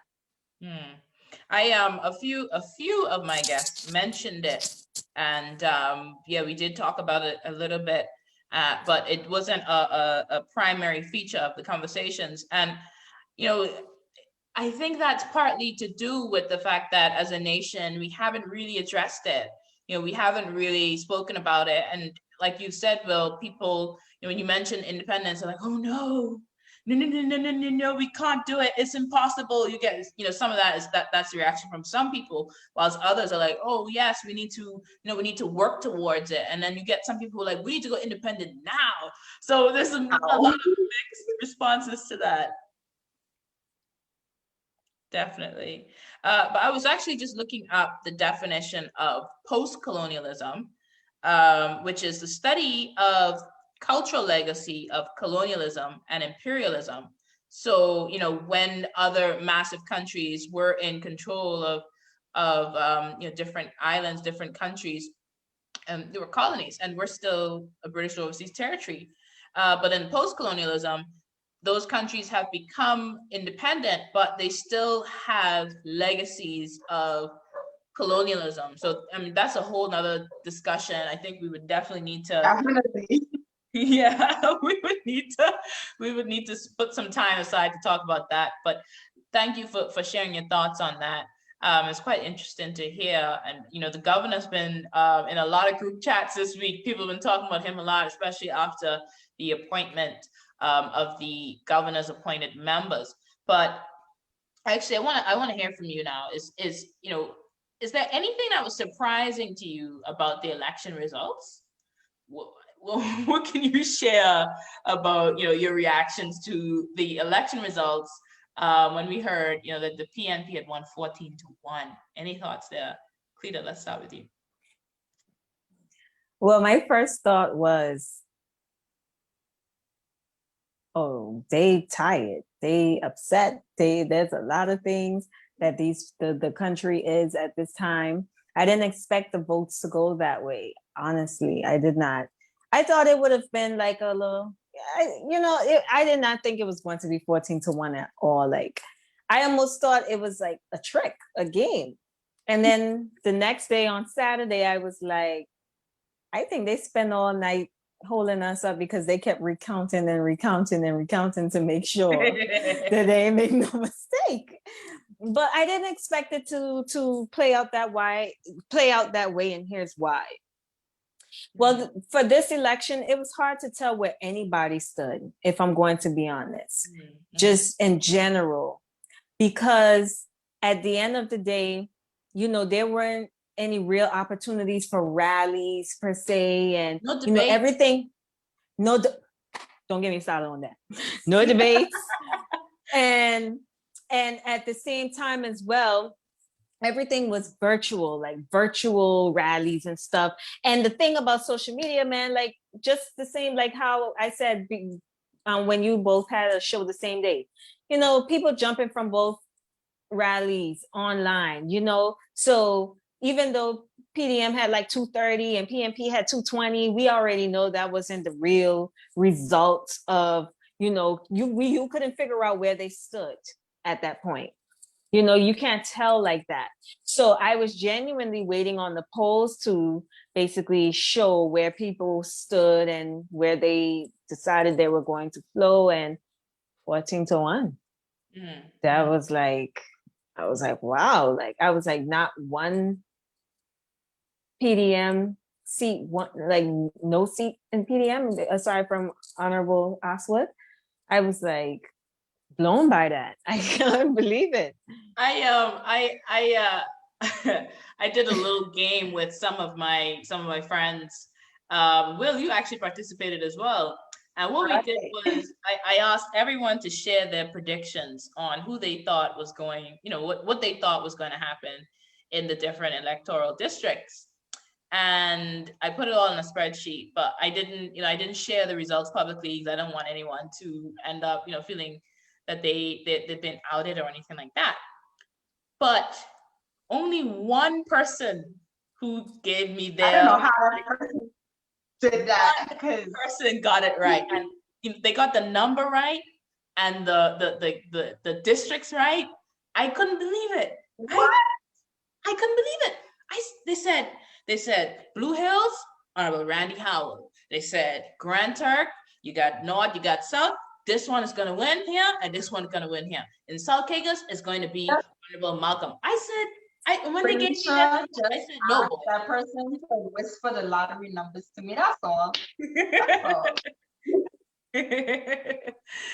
But for me, I was surprised. I expected a win by the current government, but I thought it would have been something like 10-5 or 9-6 or whatever the case may be. But when 14-1 came, it wasn't only a surprise. I began to think, well, what's gonna happen with opposition? Like, opposition has a purpose in the House. What do we do now? That was my biggest concern. Well, you see, that's where I think, again, to Cleta's question, how will we hold the government accountable? We're gonna have to use, I think, and they've actually asked for us to hold them accountable. That's what I found, really, really good, as a good sign, because they asked us to hold them accountable. And there's another state, of society, which is the fourth estate, the fourth power, which is the power of the press and the news media, in terms of advocacy. That's why we need investigative journalism again. Yes. So, we're really going to have to lean on our brilliant journalists, our upcoming journalists, to really ensure that you know, they're holding the government accountable as well, because they'll be able to attend certain sessions that members of the public don't necessarily get to go to, these press conferences, especially with COVID-19. So, you know, and Mr. Wilson also said in the comments that we should reach out to the PR of the various departments or the premier, if you have any concerns or anything like that you want to share as well. But girl, listen here, those results. I was on RTC on election night, and it was interesting because we had a number of conversations going on with Digicel, RTC, and we had Miss Deandra Hamilton sending out her bulletins. But the elections office was a little bit delayed in getting some of that information. And so people were getting upset. And saying, you know, where are the results? Like you said, Cleta, I think they were doing some recounts or something. I know, listen, when I woke up the next day, you know what I should have started off by answering a question? What came to my mind when I saw the result, I was like, time's up. Like, that's what I thought for the PDM party. When I saw the results, all I thought was, man, time's up. Like, these people just don't want nothing to do. Like, at the same time, I don't know, because I do feel like a lot of people didn't vote, if I'm going to be honest. So I also had that question in my mind, that did more of the PNP party citizens go out and vote, and it was that enough PDM party citizens didn't go out and vote? It's so many questions that raised in my head, I must say. There's a comment that says that was not that difficult to predict if you were really connected with the feelings of the larger population. Actually, I actually had a few candidates from either side who did not predict a 14-1 win. Some of them predicted a different outcome. I'm not going to share that information. There were one or two candidates who had predicted 14-1, but there were even candidates from PDM, PNP, and the independent candidates who did not think that the election would have been such a tsunami of a result. I mean, 14-1, only thing left to do was to have all 15, and oh my goodness, I don't know what would have happened then. Damien said there was a 75% voter turnout. Well, and if that's actually pretty good. I don't well, then, yeah, that's what I'm saying. If that's the case, that means, yeah, time's up. But you know, it still bothered me for the PDM party, despite what people may think or how persons feel about how PDM ran for the last 4 years, how they dealt with the country for the last 4 years. Like Walandra said, like, I just thought of, man, this whole party has to reform now. What does that mean? We need an opposition. You know, that was a bit scary for me. But that was the same, remember, that's the same position that PNP party was also in 2016. What was it, 13-2? Their leader. No, I'm not speaking about the results. I don't think the results it wasn't 13-2 in 2016 for sure. No, it was 13-2 under the Michael Mizik administration. Oh, sorry. I went way back. But in 2016, what happened was, remember, PNP was in power. Then they had 3 or maybe 4 successful candidates from PNP. Then the very next day after elections, Honorable Rufus Ewing resigned. So they've had basically an identical situation. The only difference is it wasn't a complete landslide. And they have picked themselves up well. So I anticipate PDM to do absolutely the same, because what happened with the losses is for you to prepare yourself for the next battle. So I just hope that PDM party is now in prepare mode and don't wait until near to the next 4 years to be prepared. Well, this is an opportunity for the party to embrace, you know, probably a new direction as well, because, you know, to lose in that kind of way, that does send a message on what they need to probably address and regroup and, you know, restructure, revitalize, reflect on, you know, why they lost the election, reflect on their weaknesses. And there's nothing wrong with that. There's nothing wrong with, someone was bound there's to nothing lose, wrong with that. bound to win, you know? And I think that's what we need to remember. You know, a lot of us, in situations like this, the automatic thing that's bruised is their ego, the sense of pride, and it's like a race. You know what I'm saying? It's what's the race when you have to tag, when you carry the baton? I can't remember. Relay. Lord, listen, I need to go back to school. Relay race. It's the same thing. You're trying to get that baton there in time so the last leg could make it to the finish line. And unfortunately, they didn't make it. Your team lose, and all of you feel that. But at the same time, it just shows you where you regroup, who you should change around. Probably don't let that person do the last leg anymore. It's the same thing. Well, we experience it. We experience losing at some point in our lives, whether it's you lose a competition, like you said, you lose a race. We all had PE in school. Some of us have been into high. And we know that when you suffer a loss, it is a blow to your confidence. It's a blow. It is a blow to your ego, and we're all human beings and we have feelings. And you're right. And it goes back to what you said earlier, because they're in our face, and it's a smaller country. Sorry to cut you off, Renisha. And it's a smaller country, so they feel that more. It's not like the US. Trump loses and he could go hide in his mansion for 3 months until everything blows over. No, these people have to turn around and go back on somebody's job. And and then all eyes on them. And now it's y'all ain't do nothing for the last 4 years. That's another problem my people have. We don't know how to see people. Some people have been taunting. There's been some what, huh? Taunting, like, oh, look at y'all lost. I'm like, my goodness, come on, guys. Okay, fine, they lost. But... Yeah, I see the memes. They come to my chat.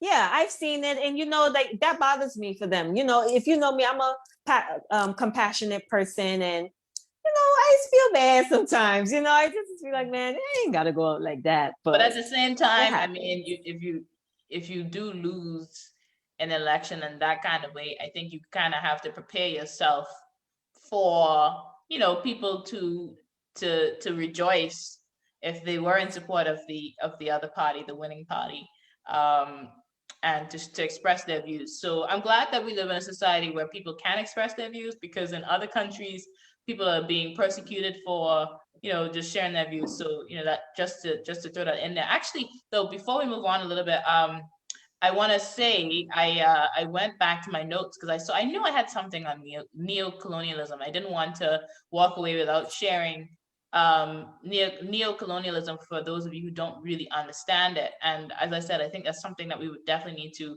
revisit. That's a conversation all by itself, because it describes the economic, the political, and the cultural, and any other type of pressure that influences other countries that were former dependencies, former colonies. And we see it, in different countries around the world. Like in Africa, we see where some of the ex-colonial masters still have a strong presence in their countries. They own, let's say, maybe a British national company owns a large portion of the mines that mine diamonds in certain countries. Or stuff like that. So that's a very broad conversation. I think we need to address that, in a wholesome way if we were to get into that. But to continue in this election and the way we saw it going, there's a lot of mixed reviews on this, and some people think they thought that it was clear that the PDM were going to lose. And I didn't think it was going to be that bad of a loss. I thought, like you said, I thought it was going to be a few more of them. I thought a few more of them. I'm not going to say. I thought they would have gotten at least 5 districts, the most. That's what I'm saying. I thought something like 10-5 or something along those lines, but definitely not 14-1. Do you think Honorable Derek Taylor's going to be coming back? Do you think that's it for him? You think he's going to come back again? I feel like he's paid his dues. I think if his party needs him, he will be back. But if it's a case where they have enough candidates that look like they're going to do well, I think he will bow down at this time. But if it's a situation where his party needs him, then he definitely will be back, especially for love of country, not just for love of his Yeah, party, he's but for love passionate. of country. Well, actually, what do you think about the cabinet appointments? Do you have any thoughts on the cabinet appointments and how those have gone? Do you think that, for example, I don't know, are you excited about Miss Taylor, Honorable Taylor being the Minister of Education? Any thoughts you want to She's share on earned that? it. She's earned it. Yeah. I have no real thoughts, to be honest. No, not really. I do. That's the think... safe option, Cleta. No, I genuinely don't. At the end of the day, what I don't doubt is that they're going to perform. That's my biggest thing. I just want to make sure they perform, and that's why I brought up the question about accountability. That's my main focus. I do think it's awesome that Honorable Taylor is granted the opportunity to serve in the Ministry of Education, because who better than her to do it? She was definitely a awesome principal. Sorry, I heard something. She was, yeah, she's paid her dues in the education system, and she's worked her way up, and she earned that, and she's done an amazing job. Of course, Honorable AK Akira Mizik, she did a wonderful job in that ministry at some point in time. But what we know about Honorable Akira is that anything she touches, she's going to make sure she just does the job and does it 110%. She shows up, she shows out, and she communicates, she's transparent. And at the end of the day, that's what I get from this party currently. I realize they communicate, they're transparent. And that's the biggest thing. That's the biggest gap between people, especially within our country and society. We just need to know. We just want to hear. We just want to see and that you're doing what you said you would do. Right. Shows, bringing the information to the forefront, letting people make the decisions for themselves, but at least providing them with some information, because we have had, we've not been as transparent as we could be, and helping people to be informed citizens. Well, Andra, any thoughts you want to share on the cabinet appointments? And then we're going to talk about the appointed member appointments. Anything you want to share on that as well? With the cabinet appointments, I would like to congratulate them all. It is a heavy task you guys have, because now you're in charge of an entire ministry. And I just hope that you all are ready for the walk. And not only that, I saw a comment, I think on Speaking Minds GPI or somewhere on Facebook, where someone was asking, why isn't there a MP ministerial post from Sulcaicus? Why doesn't the Honorable Reverend Malcolm have a ministerial post? What we have to realize is that at some point we have to stop thinking of ourselves as individual islands and start thinking of ourselves as a Turks and Caicos and come together with unity. Because at the end of the day, yes, he is the MP, but he will be in the House of Assembly. He will be in Parliament. So he will be able to represent you. So cabinet doesn't exclude you from representing you. Also, in my interview with Honorable Akira Mizik, she pointed out the fact that they're actually going to work on getting a constituency fund secured. Because right now, what happens with the budget is it flip-flops based on who's in power. If, for instance, let's say I was running in Blue Hill and I won the seat, but I'm a part of opposition. I'm not going to get any funding. If I do, I'm going to get little to none. So something that came up in the conversation with Honorable AK is the fact that they're trying to secure funding for each constituency. So no matter what, you'll have a set 100,000. Mind you, that's not the figure. I am just throwing figures out there for example purposes. You have a set 100,000 and you could get your project done. So you know that no matter what happens, no matter who wins the election, that you have funds to do your work. And I think that that's something that's very important. So let's try to get away from the one island standing alone mentality and realize that all of our ministers are going to work for you. Minister of Tourism will work for you. Minister of Education will work for you. Everyone will come together and do their part. Now, the good thing about him not having a ministerial post is he can actually focus on your constituency. He will be solely devoted to just your constituency. So you have someone who has their blindness on, and you shouldn't have to worry because you are his focus. Thank you, Yolanda. I really sense your passion there when you answered that question, because you made a really good point, and a couple of people in the comments are saying they definitely agree with you. We need to move away from thinking of our islands as these standalone states. We're all one beautiful by nature Turks and absolutely islands, and that's it. And I'm glad that the premier, and forgive us if we forget to say honorable at before someone's name. We're still getting used to the new titles, but when the premier said, where the elections are over, we are Turks and Caicos Islanders, let's build this country together. I felt so moved by that, because elections are over now. For real, they're over. It's been a week, and we've had a little bit of time to process that. And some people will need a little bit more time, but at the end of the day, you got to move away from the party colors now. Elections are done. We are Turks and Caicos Islanders, and your MPs, they're your MPs, irrespective of whatever party you supported or independent candidate you voted for. And if we want to see this country move to the position that it needs to be, we need to be working together. The weakest link needs to be strengthened. We need to definitely ensure that hand in hand, we recognize that this is our country. And if we want it to be the very best, we can't rely on the MPs themselves. We can't be sabotaging, what they're doing. We can't be, trying to block things that are for the good of the people. And so, we're all gonna need to, get involved, all hands on deck, because the success of the government is not just the government's success, it's our success.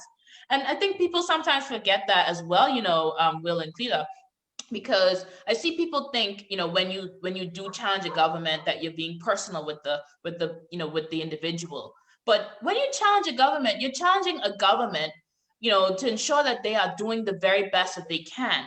So it's back to accountability.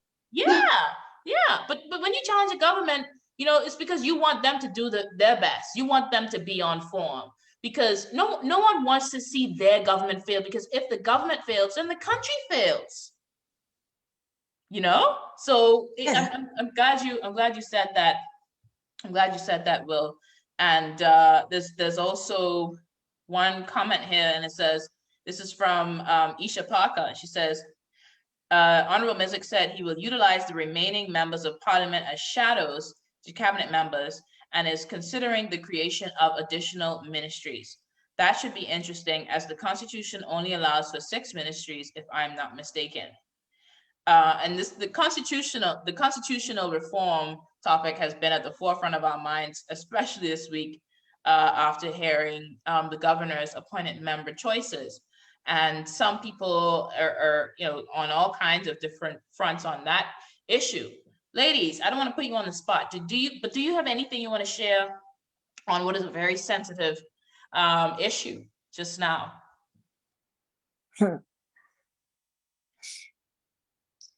Man, that's a whole different show, man. What time it is? Boy, done 8:40 Renisha, boy.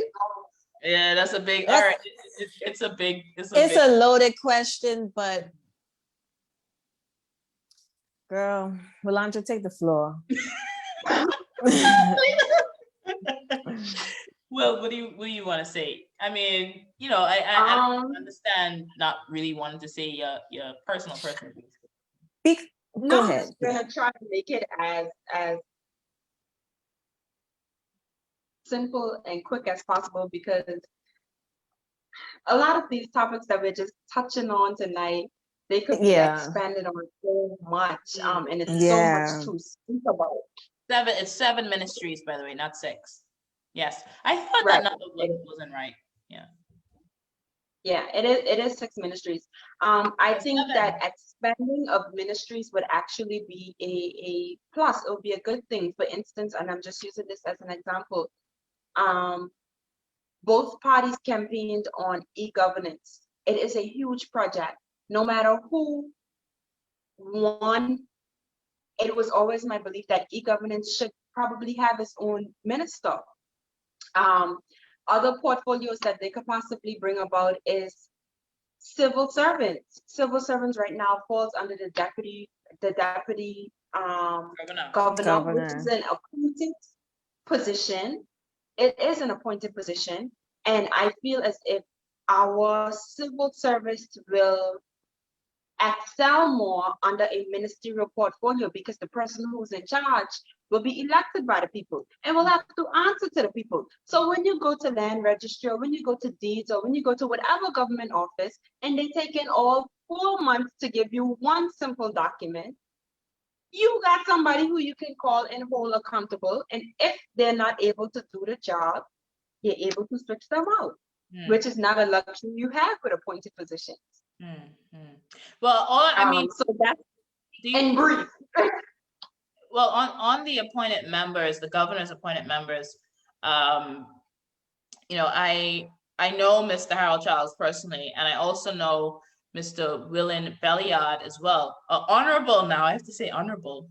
I keep saying honorable, yes. I forgot, so I'm so sorry if you, please don't feel offended if I forget to say honorable. Like I said, we're still getting used to these titles, but I've known them for a while, and actually, Honorable Belliard helped me with my bar school. He shared some of his bar school materials with me when I was in law school, because he was ahead of me.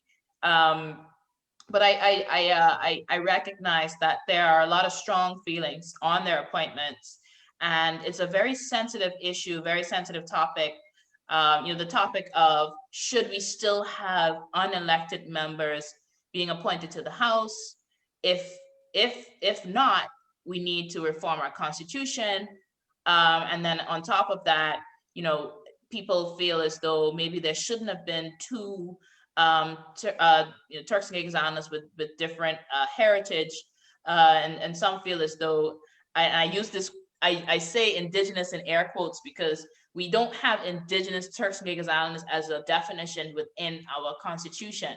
But some feel as though an indigenous Turks and Caicos Islander alongside either Honorable Childs or Honorable Belliard should have been considered by the governor.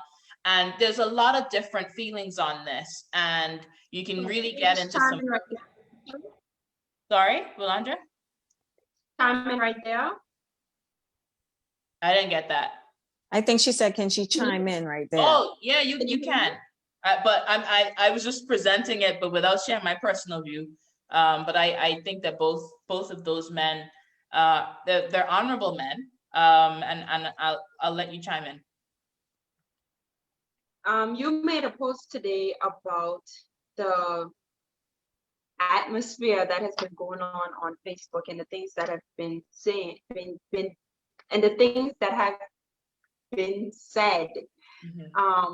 And it really got me to thinking, because at the end of the day, and this is one of the reasons why belonger was taken out of our constitution. I don't even think it was ever in our constitution, but anyways, the term is not used anymore. I'm not sure if it was in the constitution or if it was just a social construct or what it was, but I know that it's not used any longer. The reason why it's not used any longer, because there is no segregation. Whether you were born here, breed here, your dad here, your boat bring you here, the plane bring you here, it does not matter.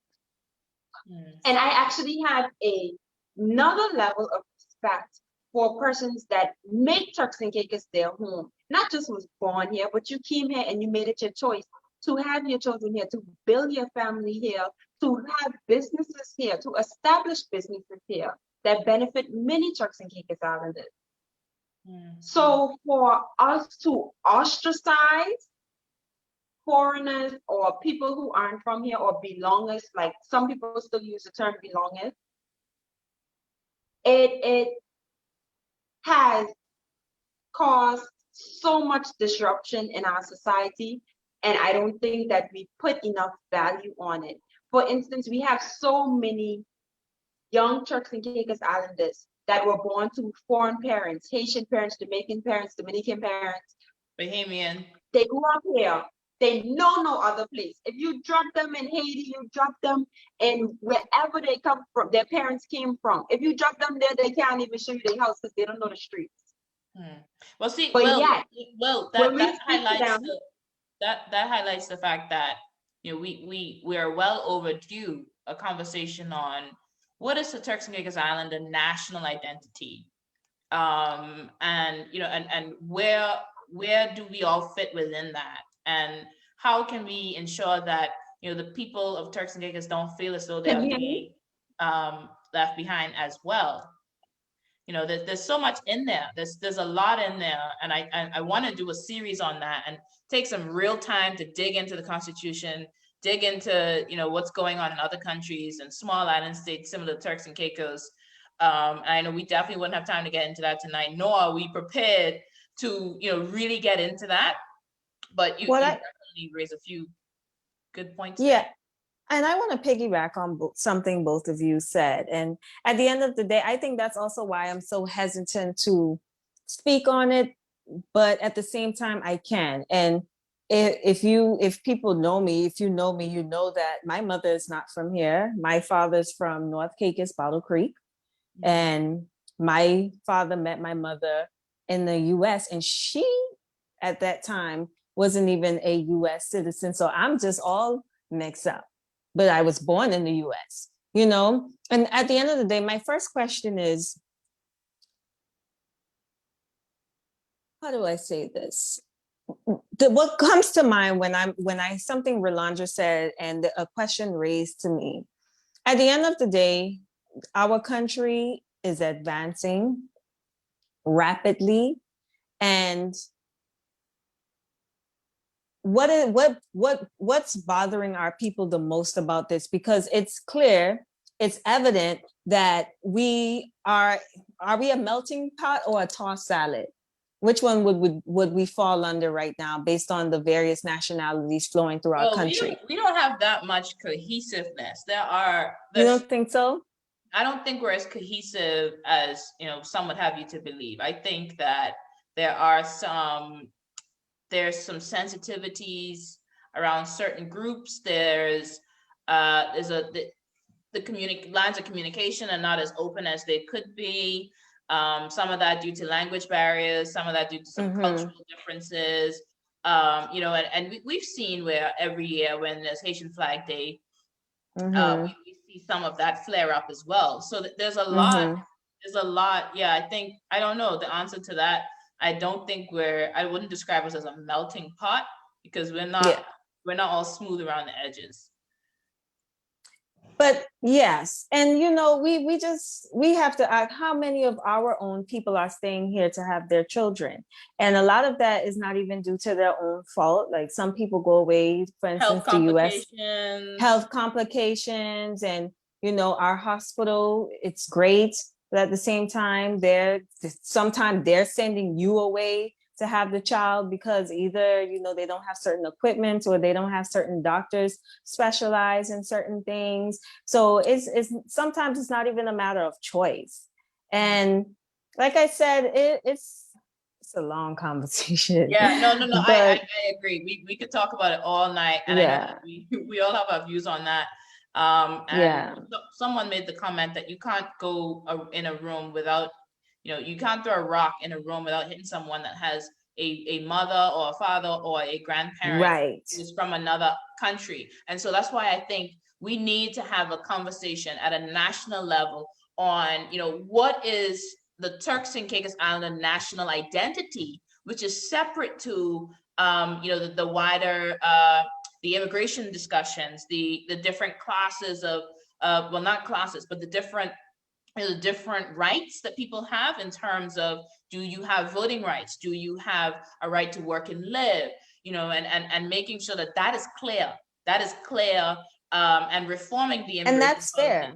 Yeah, and that's fair because we also have to protect. We have to make sure, you know, people aren't just coming here and just reaping the benefits of our country that we are working hard to build towards, and they just, you know, if for whatever reason, our country just goes up in flames, they just hop on one plane and they got one house We don't somewhere need off in leeches. the next People country to and add to the all is hunky dory after they done, you know? Would you So say I didn't hear well? what. I said that we don't need people to leech on the country. If Yes, you're we not don't gonna need add people to value leech to on it, us. then thank you, but no thank you. And there's simple ways that can be done to ensure that you're not just getting leeches. For instance, we have free education for anybody here. You could change your legislation, and this is just an example. You could change your legislation where work permit holders must show that they can pay for their child's school fee before they get granted work permit. That way, you know they ain't coming here just for free education, for this, for that. So you protect certain things. And I'm not saying that this is something that the government should do, but it is something that other countries have done, and it makes sense to do case studies on other countries and research other countries' immigration portfolio, so that you still protect your people, but you're not closing your country off. Because But there's no Will, country that I can think of that didn't survive, that didn't grow without migration. Well, it's interesting because there's so many different things that come to head. And you commented that on the post today. You said, a number of issues are in that. There's so many things that come to mind, and people are reacting from different parts of that conversation. And we have had a large influx of illegal illegal migrants over the last couple of years. And so for some people, their first thought is, well, oh, this has been going on. And I don't think it's fair to equate the appointment of those gentlemen today with that, and blame them for that. But that is something that has been an issue for quite some time, and we can't ignore the fact that illegal immigration is something that we have been struggling with in Turks and Caicos. So people, they have all these strong feelings about people coming into their country. And I think some of that has to do with also the fact that Turks and Caicos Islanders, and the premier said this, he said a large amount of development has taken place within Turks and Caicos Islands, but the people of Turks and Caicos have not benefited. And I think that is a large driver behind some of the strong reactions we've seen as well. People feel as though they've been left behind, and rightly so. I mean, how many young It's also good to have somebody in authority acknowledge that, because oftentimes we say it in our little small groups, but to have someone in that position actually acknowledge, hey, look, we noticed that you guys were undermined. I feel as if our people, our Turks Islanders, appreciate that. Right. Yeah. And I think what sets it off for people more in most cases is that, the issue with people coming here on work permit, and, when they come, they're granted housing, they're given a vehicle. They got children allowance. They got children allowance. And they just got home allowance, and 9 times out of 10, they get their phone bill paid, and they still take their full salary. Versus us who live here, we just want a respectable salary that matches our qualifications, where we can at least afford a mortgage, for our children. And we sending them to school. We ain't mind. We going to send them government school, or whether it's private school, whichever one of your choice. But they come here and basically have everything handed to them on a silver platter, and you can clearly see it's always some sort of inside job. And then we're wondering, okay, this is obviously common knowledge within our community, so nobody in government gonna address this. But and I think that's what's bothering. Also sometimes no transparency on these positions. So, for example, someone might apply to be the CEO of, let's say, TC Invest TCI, and what's the correct? Is Invest TCI MSME? Right? Well, yes. Okay. Someone might apply to be that, to get that position, but they might not necessarily see all of the perks that someone who is being recruited from abroad would be able to have access to, because they want to sweeten the deal to make someone feel it's worth their while to come to Turks and Caicos and leave the life that they have abroad. But having considered that, I would feel not even a bit, I would feel upset to know that someone else who is higher from outside of Turks and Caicos is being offered, let's say, $30,000 more than me. How is that justifiable? Or, you saying that, and it's cheaper to pay me. It's cheaper to pay me, the Turks and Caicos Islander. But the money will stay in the economy for sure. And it will stay in our economy. And that's what's most upsetting, Bernicia. And on top of that, it's so many things, but it's obvious that these companies, they don't care so much about it, because you also have to look at the fact that when you look into these companies, if your head of HR is from a specific nationality, or your head, let me not use HR, if your head of housekeeping is from a specific nationality, yet everybody in housekeeping has that same nationality, that should be a red flag to immigration. That's a red flag. And you know what's another thing too? For instance, if you go in the newspaper and you flipping through and the job ads are there, and then you'll see that job ad for some MD or something of some sort of country, and the salary is $60,000.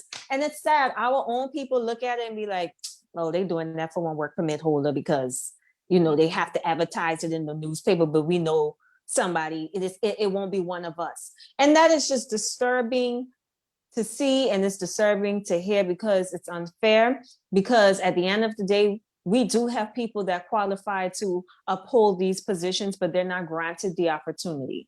Mm-hmm. And it also, that knocks the confidence of the young and eager Turks and Caicos Islander who is, really looking forward to make a contribution to their community. And, to then find out, actually, bro, we're going to pay you $40,000 less than brother man over here because we value him a bit more than you. Or, yeah, it's going to be expensive for him to relocate to Turks and Caicos, but, at least factor in some realistic things when you have these kind of differences. And what's the messaging that we're sending to our people? That you're not good enough, you're not, we like you, but we only like you this much, Mm-hmm. We value you this much. Something that was really good was under, I believe, don't quote me, but I believe it was under Honorable Gilly Williams' regime, where they actually had a task force in place. I can't remember the specific name. Oh my Lord, you're not talking about. No, not spice. Okay. It was a task force in place that worked hand in hand with immigration, that was focused on if you're a work permit holder, for instance, and you have your wife endorsed, that your wife shouldn't be working in the Turks and Caicos Islands. And they would go in and they would enforce those things. It was also their job to enforce the fact that, okay, your work permit is for 5 years, and after your 5 years, you have to leave. Now, I don't know if the task force was around that long to actually reach to that point, but I know that was one of their goals and aims to do with the task force. And I think that was something that was really good, because it's obvious that immigration is overwhelmed and they need some sort of assistance. So they need additional resource. They need additional resource support. And Mr. Wilson commented that the issue here isn't really that we have a shortage of laws, and that's true. You'd be surprised by the number of policies that are on the books, and even the past government, the PDM administration under the Premier, Honorable Charlene Cartwright Robinson, they did pass a considerable amount of laws, but the issue they did enforcement is the issue. Enforcement. Yeah, we need to enforce the laws that are in place to ensure that Turks and Caicos Islanders are not being left behind. It's been too long now that we've been talking about it. Like, I don't know about you, but I'm just so tired of hearing about it. Like, why are we talking about this in 2021? Why are we not talking about independence? Why are we not focusing on that? That's what we should be focusing on right now. We should be focusing on how do we become an autonomous country that can do things. Food security is nailed down. We have a University of Turks and Caicos Islands that that feeds into UE and all other universities within the region or something like that. Why are we not talking about? Why have we not moved on from that? I'm hoping that this government, it really makes some strides in dealing with that, because we have so many issues, and enforcement is at the the heart of a lot of it. If we're not enforcing things, then people can do anything they want. it boils down to what we mentioned earlier, accountability. It just boils down to that, making sure we hold each other accountable. And like you said, Bernicia, tired of the conversation. I'm tired. Tired Girl, is an understatement. like we I'm should be tired talking of the about other things. conversation. At this point, we should be talking about, the arts. We should be talking about, and ensuring that our children have creative outlets. But no, we can't even We get should be in a space where we should be rewarding more youth because we've put certain things in place for them to enhance their creativity and what they're good at. To be honest, I just feel like we're so stagnant that it's draining. Yeah, It's and we're so not draining. recognizing The that the conversation youth is are draining. underserved. Yeah, yeah. And really recognizing that, the youth as a group, we have failed them. Past administrations have failed them. That's it. You know how bad we failed them? Because they don't even have a sufficient park, in my opinion, here just for these children to go down to and run around. And it's enough. And the problem with honestly.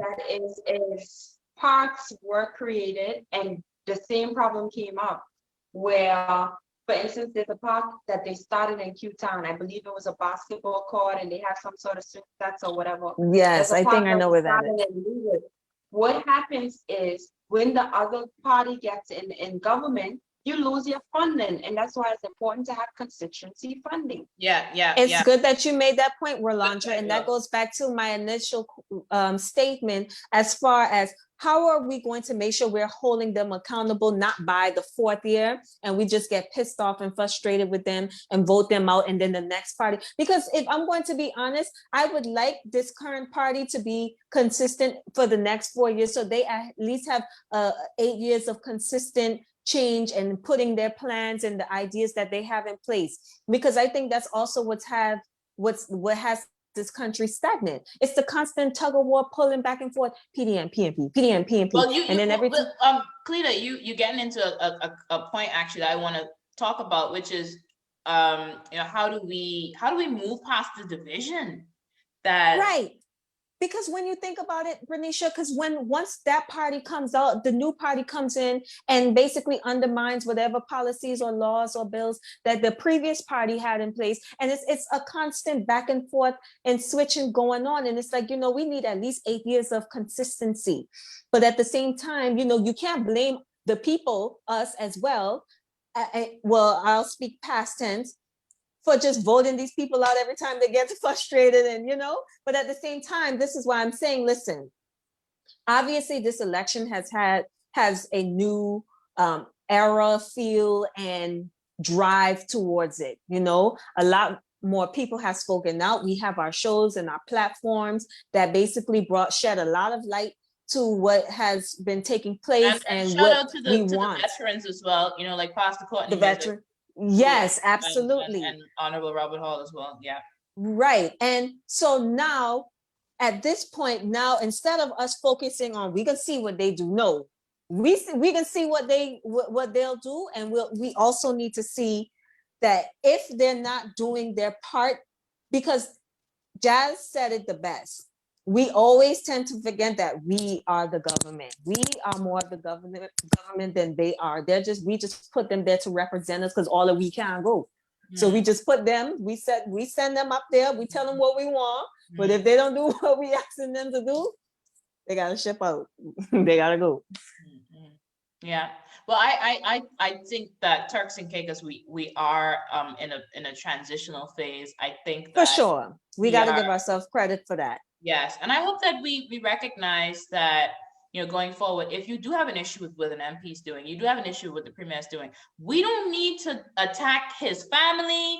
We don't need to get into the personal business. We don't need to know no one's bedroom business. Like, I don't even need to see that. Like, I don't even send it around. Don't even send it to me. If you into that, block me, because this country needs to move forward. And if they're trying to just stir up dirt on people and detracting from the work that they're doing, which we've seen people do it during the PDM administration as well. The premier had some unfair tax on her, and people saying some nasty things about her that were unwarranted, and we have to move away from that, because that doesn't help us. That doesn't. And that doesn't we need help. to remember that us as a community doing that to them messes up their mental health as well. And how do you expect these people to still show up and do their job for us when they're being constantly whipped and slandered and slapped around just because of our own personal, like you said, like it's just too much. Like we need to grow away from that. I mean, I get it. That's just the era that we're in,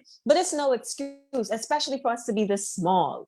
That's we just should focus, press onwards to the mark of the high calling, which is in Christ Jesus, which is focusing on ensuring that Turks and Caicos becomes the best. I keep saying that, but and in order for that to happen, we have to be accountability partners with the government. Every citizen, we have to help to progress that however we can. And we, if you didn't do it last time, you need to start doing it, because we're not going to get to where we need to go, it starts within. We need to change our attitude towards the government, and we need to display a lot more respect as well. Sometimes when Madam Premier used to come on to do press conference and stuff, and the people in the comments just go, they off. Yeah, I feel like why are you calling it's out like Madam Premier to That's you. so unacceptable. Madam Premier to you. I know. I didn't agree with that. No, I never agreed with that. I think if you had any issues with her track record, you say that. If you felt as though they didn't accomplish what they said they were gonna do, you say that. What you don't do is go after people's family. What you don't do is, be calling them names. Like, if you think someone's ugly, you don't need to be saying that. Like, it's ridiculous. Yeah, that's crazy. Yeah, I know. But, just to wrap this up, because I'm conscious we've been talking and time flies when you're having fun, ladies. This has been really fun. But what do you want to say, with regards to, your hopes for the future of Turks and Caicos Islands, and how we can move forward as, a united country and heal from some of the division that we've allowed to fester over the years? I would just start by saying, as I mentioned when I first introduced myself and my platform and what it's kind of about, at the end of the day, like I said, before I sit down and come on here and speak to the audience, behind the scenes, I am constantly working on Cleta Soul Child, Cleta Hanfield, the person, the woman, the way I treat people in my community. And I feel like it just all boils down. It just all boils down to self. It starts with you. And we need to start looking within. And before we go, why the government can't help us do this? Why the government, like at the end of the day, if you watch any of my past shows, especially because, I'm focused on youth as well, we need to do more things such as volunteering, going to the schools. You know what I'm saying? Well, you don't even necessarily need to create a Boys and Girls Club or anything of that nature. But if you have certain credentials, it's hard for these teachers out right now. So, but maybe when school opens back up, because I'm not sure, I don't have kids, so y'all forgive me. I don't know if the children going back to school or if they still on Zoom. But whether they're on Zoom or if they're in the classroom, and if you working 5 out of 7 days of the week, aside from, of course, taking time to yourself to relax or whatever it is that you need to do for yourself personally, ask yourself, okay, what can I do today to give back to my community in some form or way? I definitely respect Serrano. I believe he has a nonprofit called the Big Brother. It's something with Big Brother. Forgive me if I'm saying it wrong, but him and his team, they go out there, they go to the beaches, they pick up garbage and they go pick up stuff on the side of the road, et cetera, et cetera. And it's just those small, intricate details that can just change the narrative of our community. It all starts with us. And you just need to start by asking yourself, what can you do? And in turn, it will trickle down into your immediate community. And then we wouldn't have to be worrying about so much of the masses changing all at once. So that's what I would like to see, along with, of course, e-government and our education system picking up all of the bigger things that I know this country could be. Aside from that, I think we need to start small, start with doable things. And that starts with us. And I think you, myself, and Walandra, I think we're doing a great job with doing that, just by at least having our platforms to just ignite the conversations. Right. So I think we're on the right track. One thing I will say, we need to give ourselves credit. Like you say, Bernicia, we are having the conversations. That's the start. And, you know, we're slowly dwindling away from what we were used to doing, which was waiting around for government to make the world happen for us. Like, it doesn't work like that. Yes, yes. Thank you, Cleta. Will, whilst we still have you, what do you have to say to that? And then there's a question from the audience I want to ask you as well. For me, I would like to see a whole lot more of unity within our country. We, over the years, have been so divided, not only just with foreign nations, but even with Turks and Caicos and all these different riffraffs. It's time to put all of that to the side. I would love to see a united Turks and Caicos. I would love to see a Turks and Caicos that competes with other countries in every aspect, in terms of our efficiency, in terms of the way our country is developing. At times when I look at other countries, it feels like we're so stagnant, but then I also have to remember that we're still a very young country. So with that being said, even though we're trying to keep up with the times, we still have to give ourselves praise where praise is due. We went through a growth spurt between 2003 and 2008, and I pray that we can catch another growth spurt very soon, so that our country can continue to excel, and so that we excel at a rapid rate, because e-governance is something that we aspire to have, and something that's attainable, is something that's doable. Like Cleta was just saying, we need doable goals. It's something that's doable, and it will put us on par with other countries. I would also like to see a Turks and Caicos where Turks and Caicos Islanders are first, and where we can openly say Turks and Caicos Islanders are first without being ashamed, without apology. Without apology. Because at the end of the day, you can't go nowhere else in the world and say Turks and Caicos Islanders first. So I love that you. I love that point of view that you can actually, where our Turks Islanders don't have to worry about jobs, especially because we have jobs here. It's evident that we have jobs here. If we have work permit holders here, that means jobs are here. So I could never understand why I'm constantly hearing locals saying that they're unemployed. It just doesn't make sense to me. So things like that comes along with Turks and Caicos Islanders being first. And I just hope that one day we're able to get it all together so that we can present ourselves to the world, because the longer we take to get it together, the further back our progress is going. Thank you, ladies, for sharing that.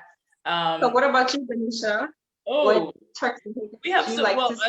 I'm getting asked that. I need to ask this question, but what I will say to add to all that you guys have said is that, you know, Turks and Caicos is a country that is near and dear to my heart, and I think all of us share in that passion and that love for Turks and Caicos. And I would love to see the potential that Turks and Caicos has begin to be realized, and the people of our country being at the helm of that realization, driving that forward, being, you know, partners in the, you know, the development and the progress of the Turks and Caicos Islands.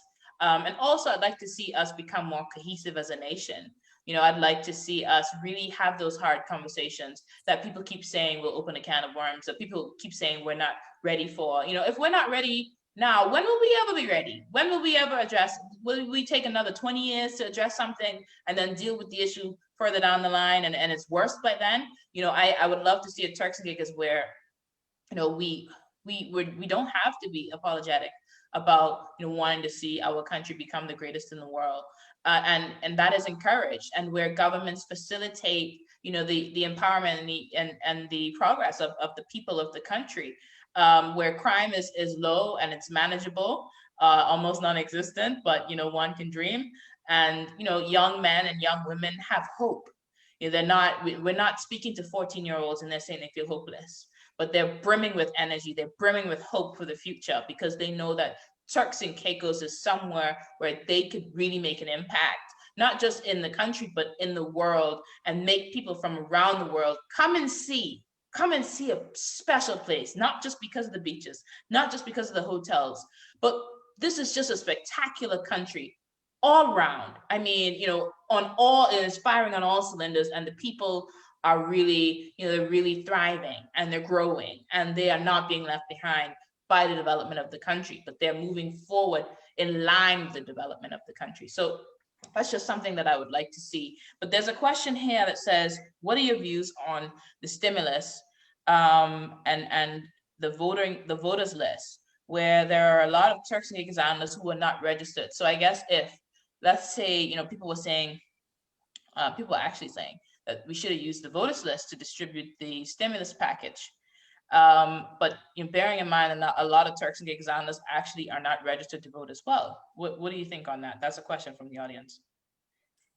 I will say, first and foremost, I see that a lot of when the list came out of the numbers of how many registered voters we had in Turks and Caicos Islands, I saw a lot of comments of, oh, this is ridiculous, et cetera, et cetera. But I do want to say this.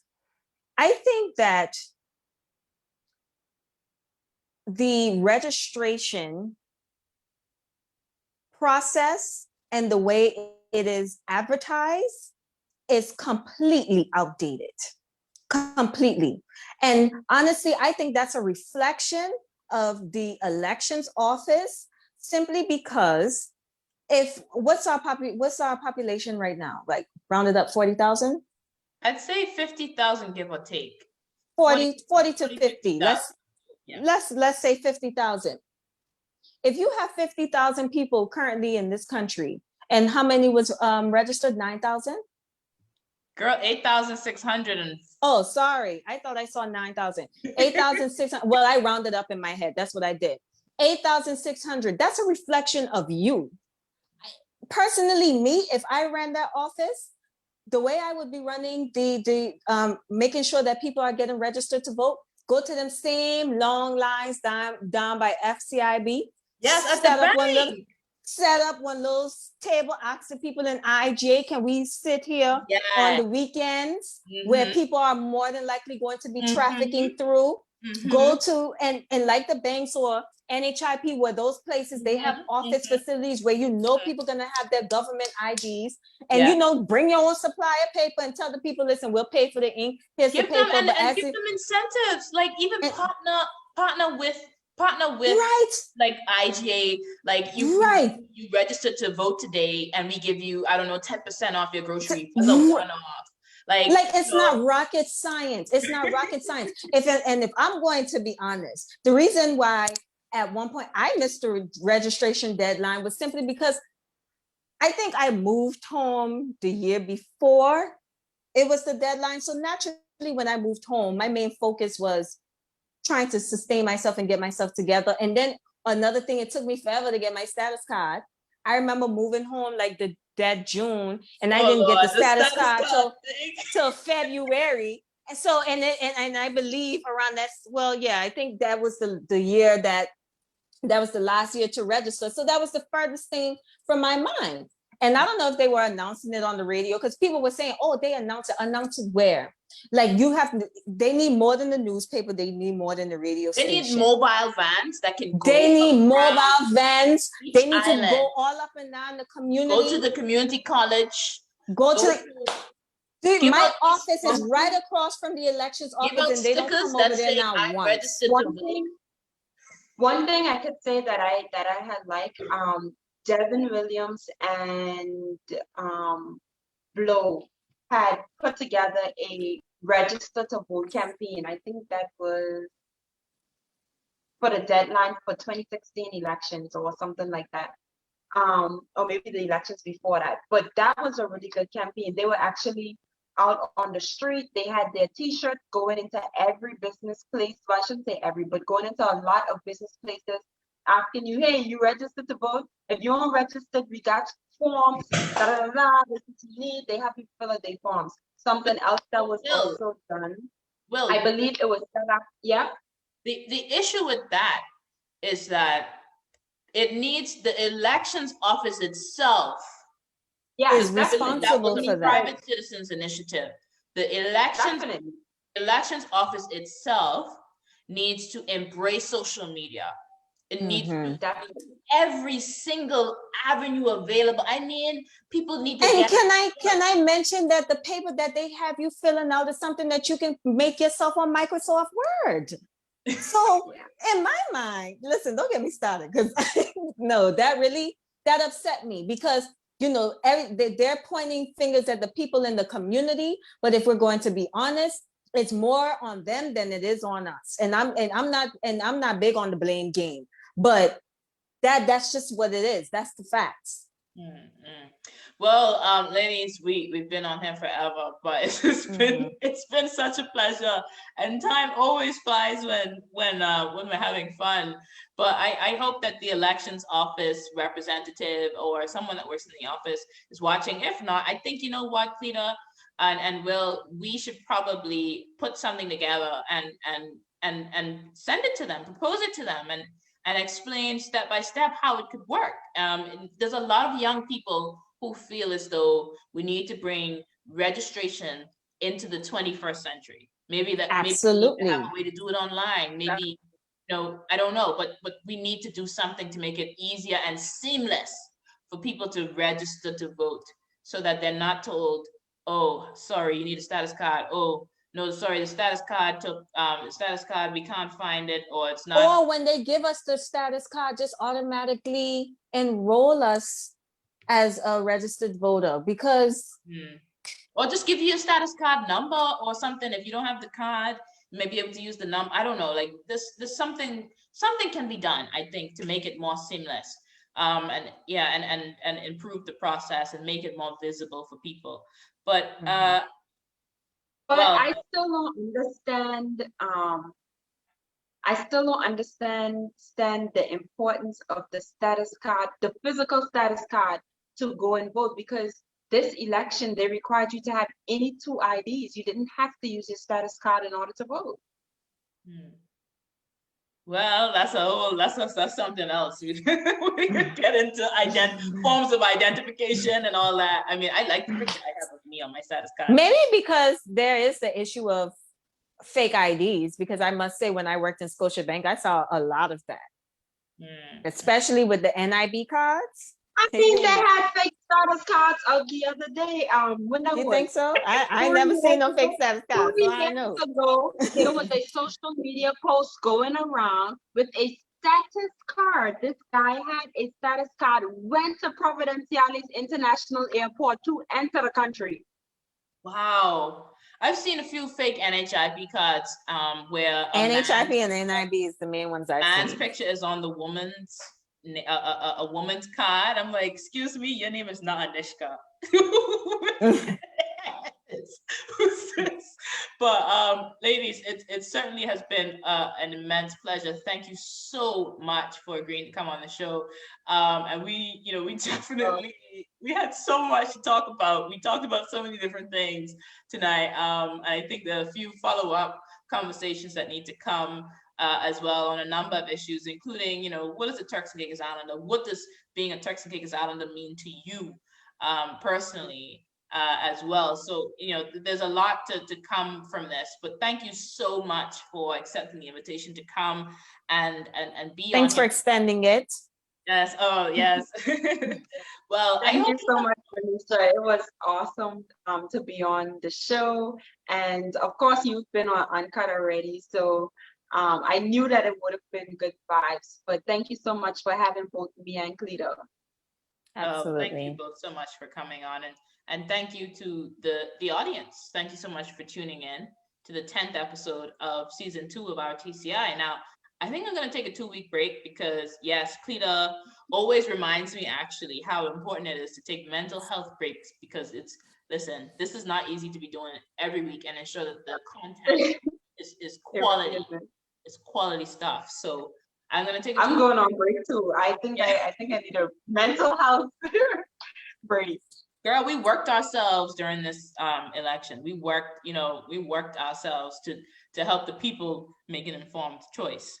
But, I'm going to take a break because I need to make sure that I can present my best self to you guys.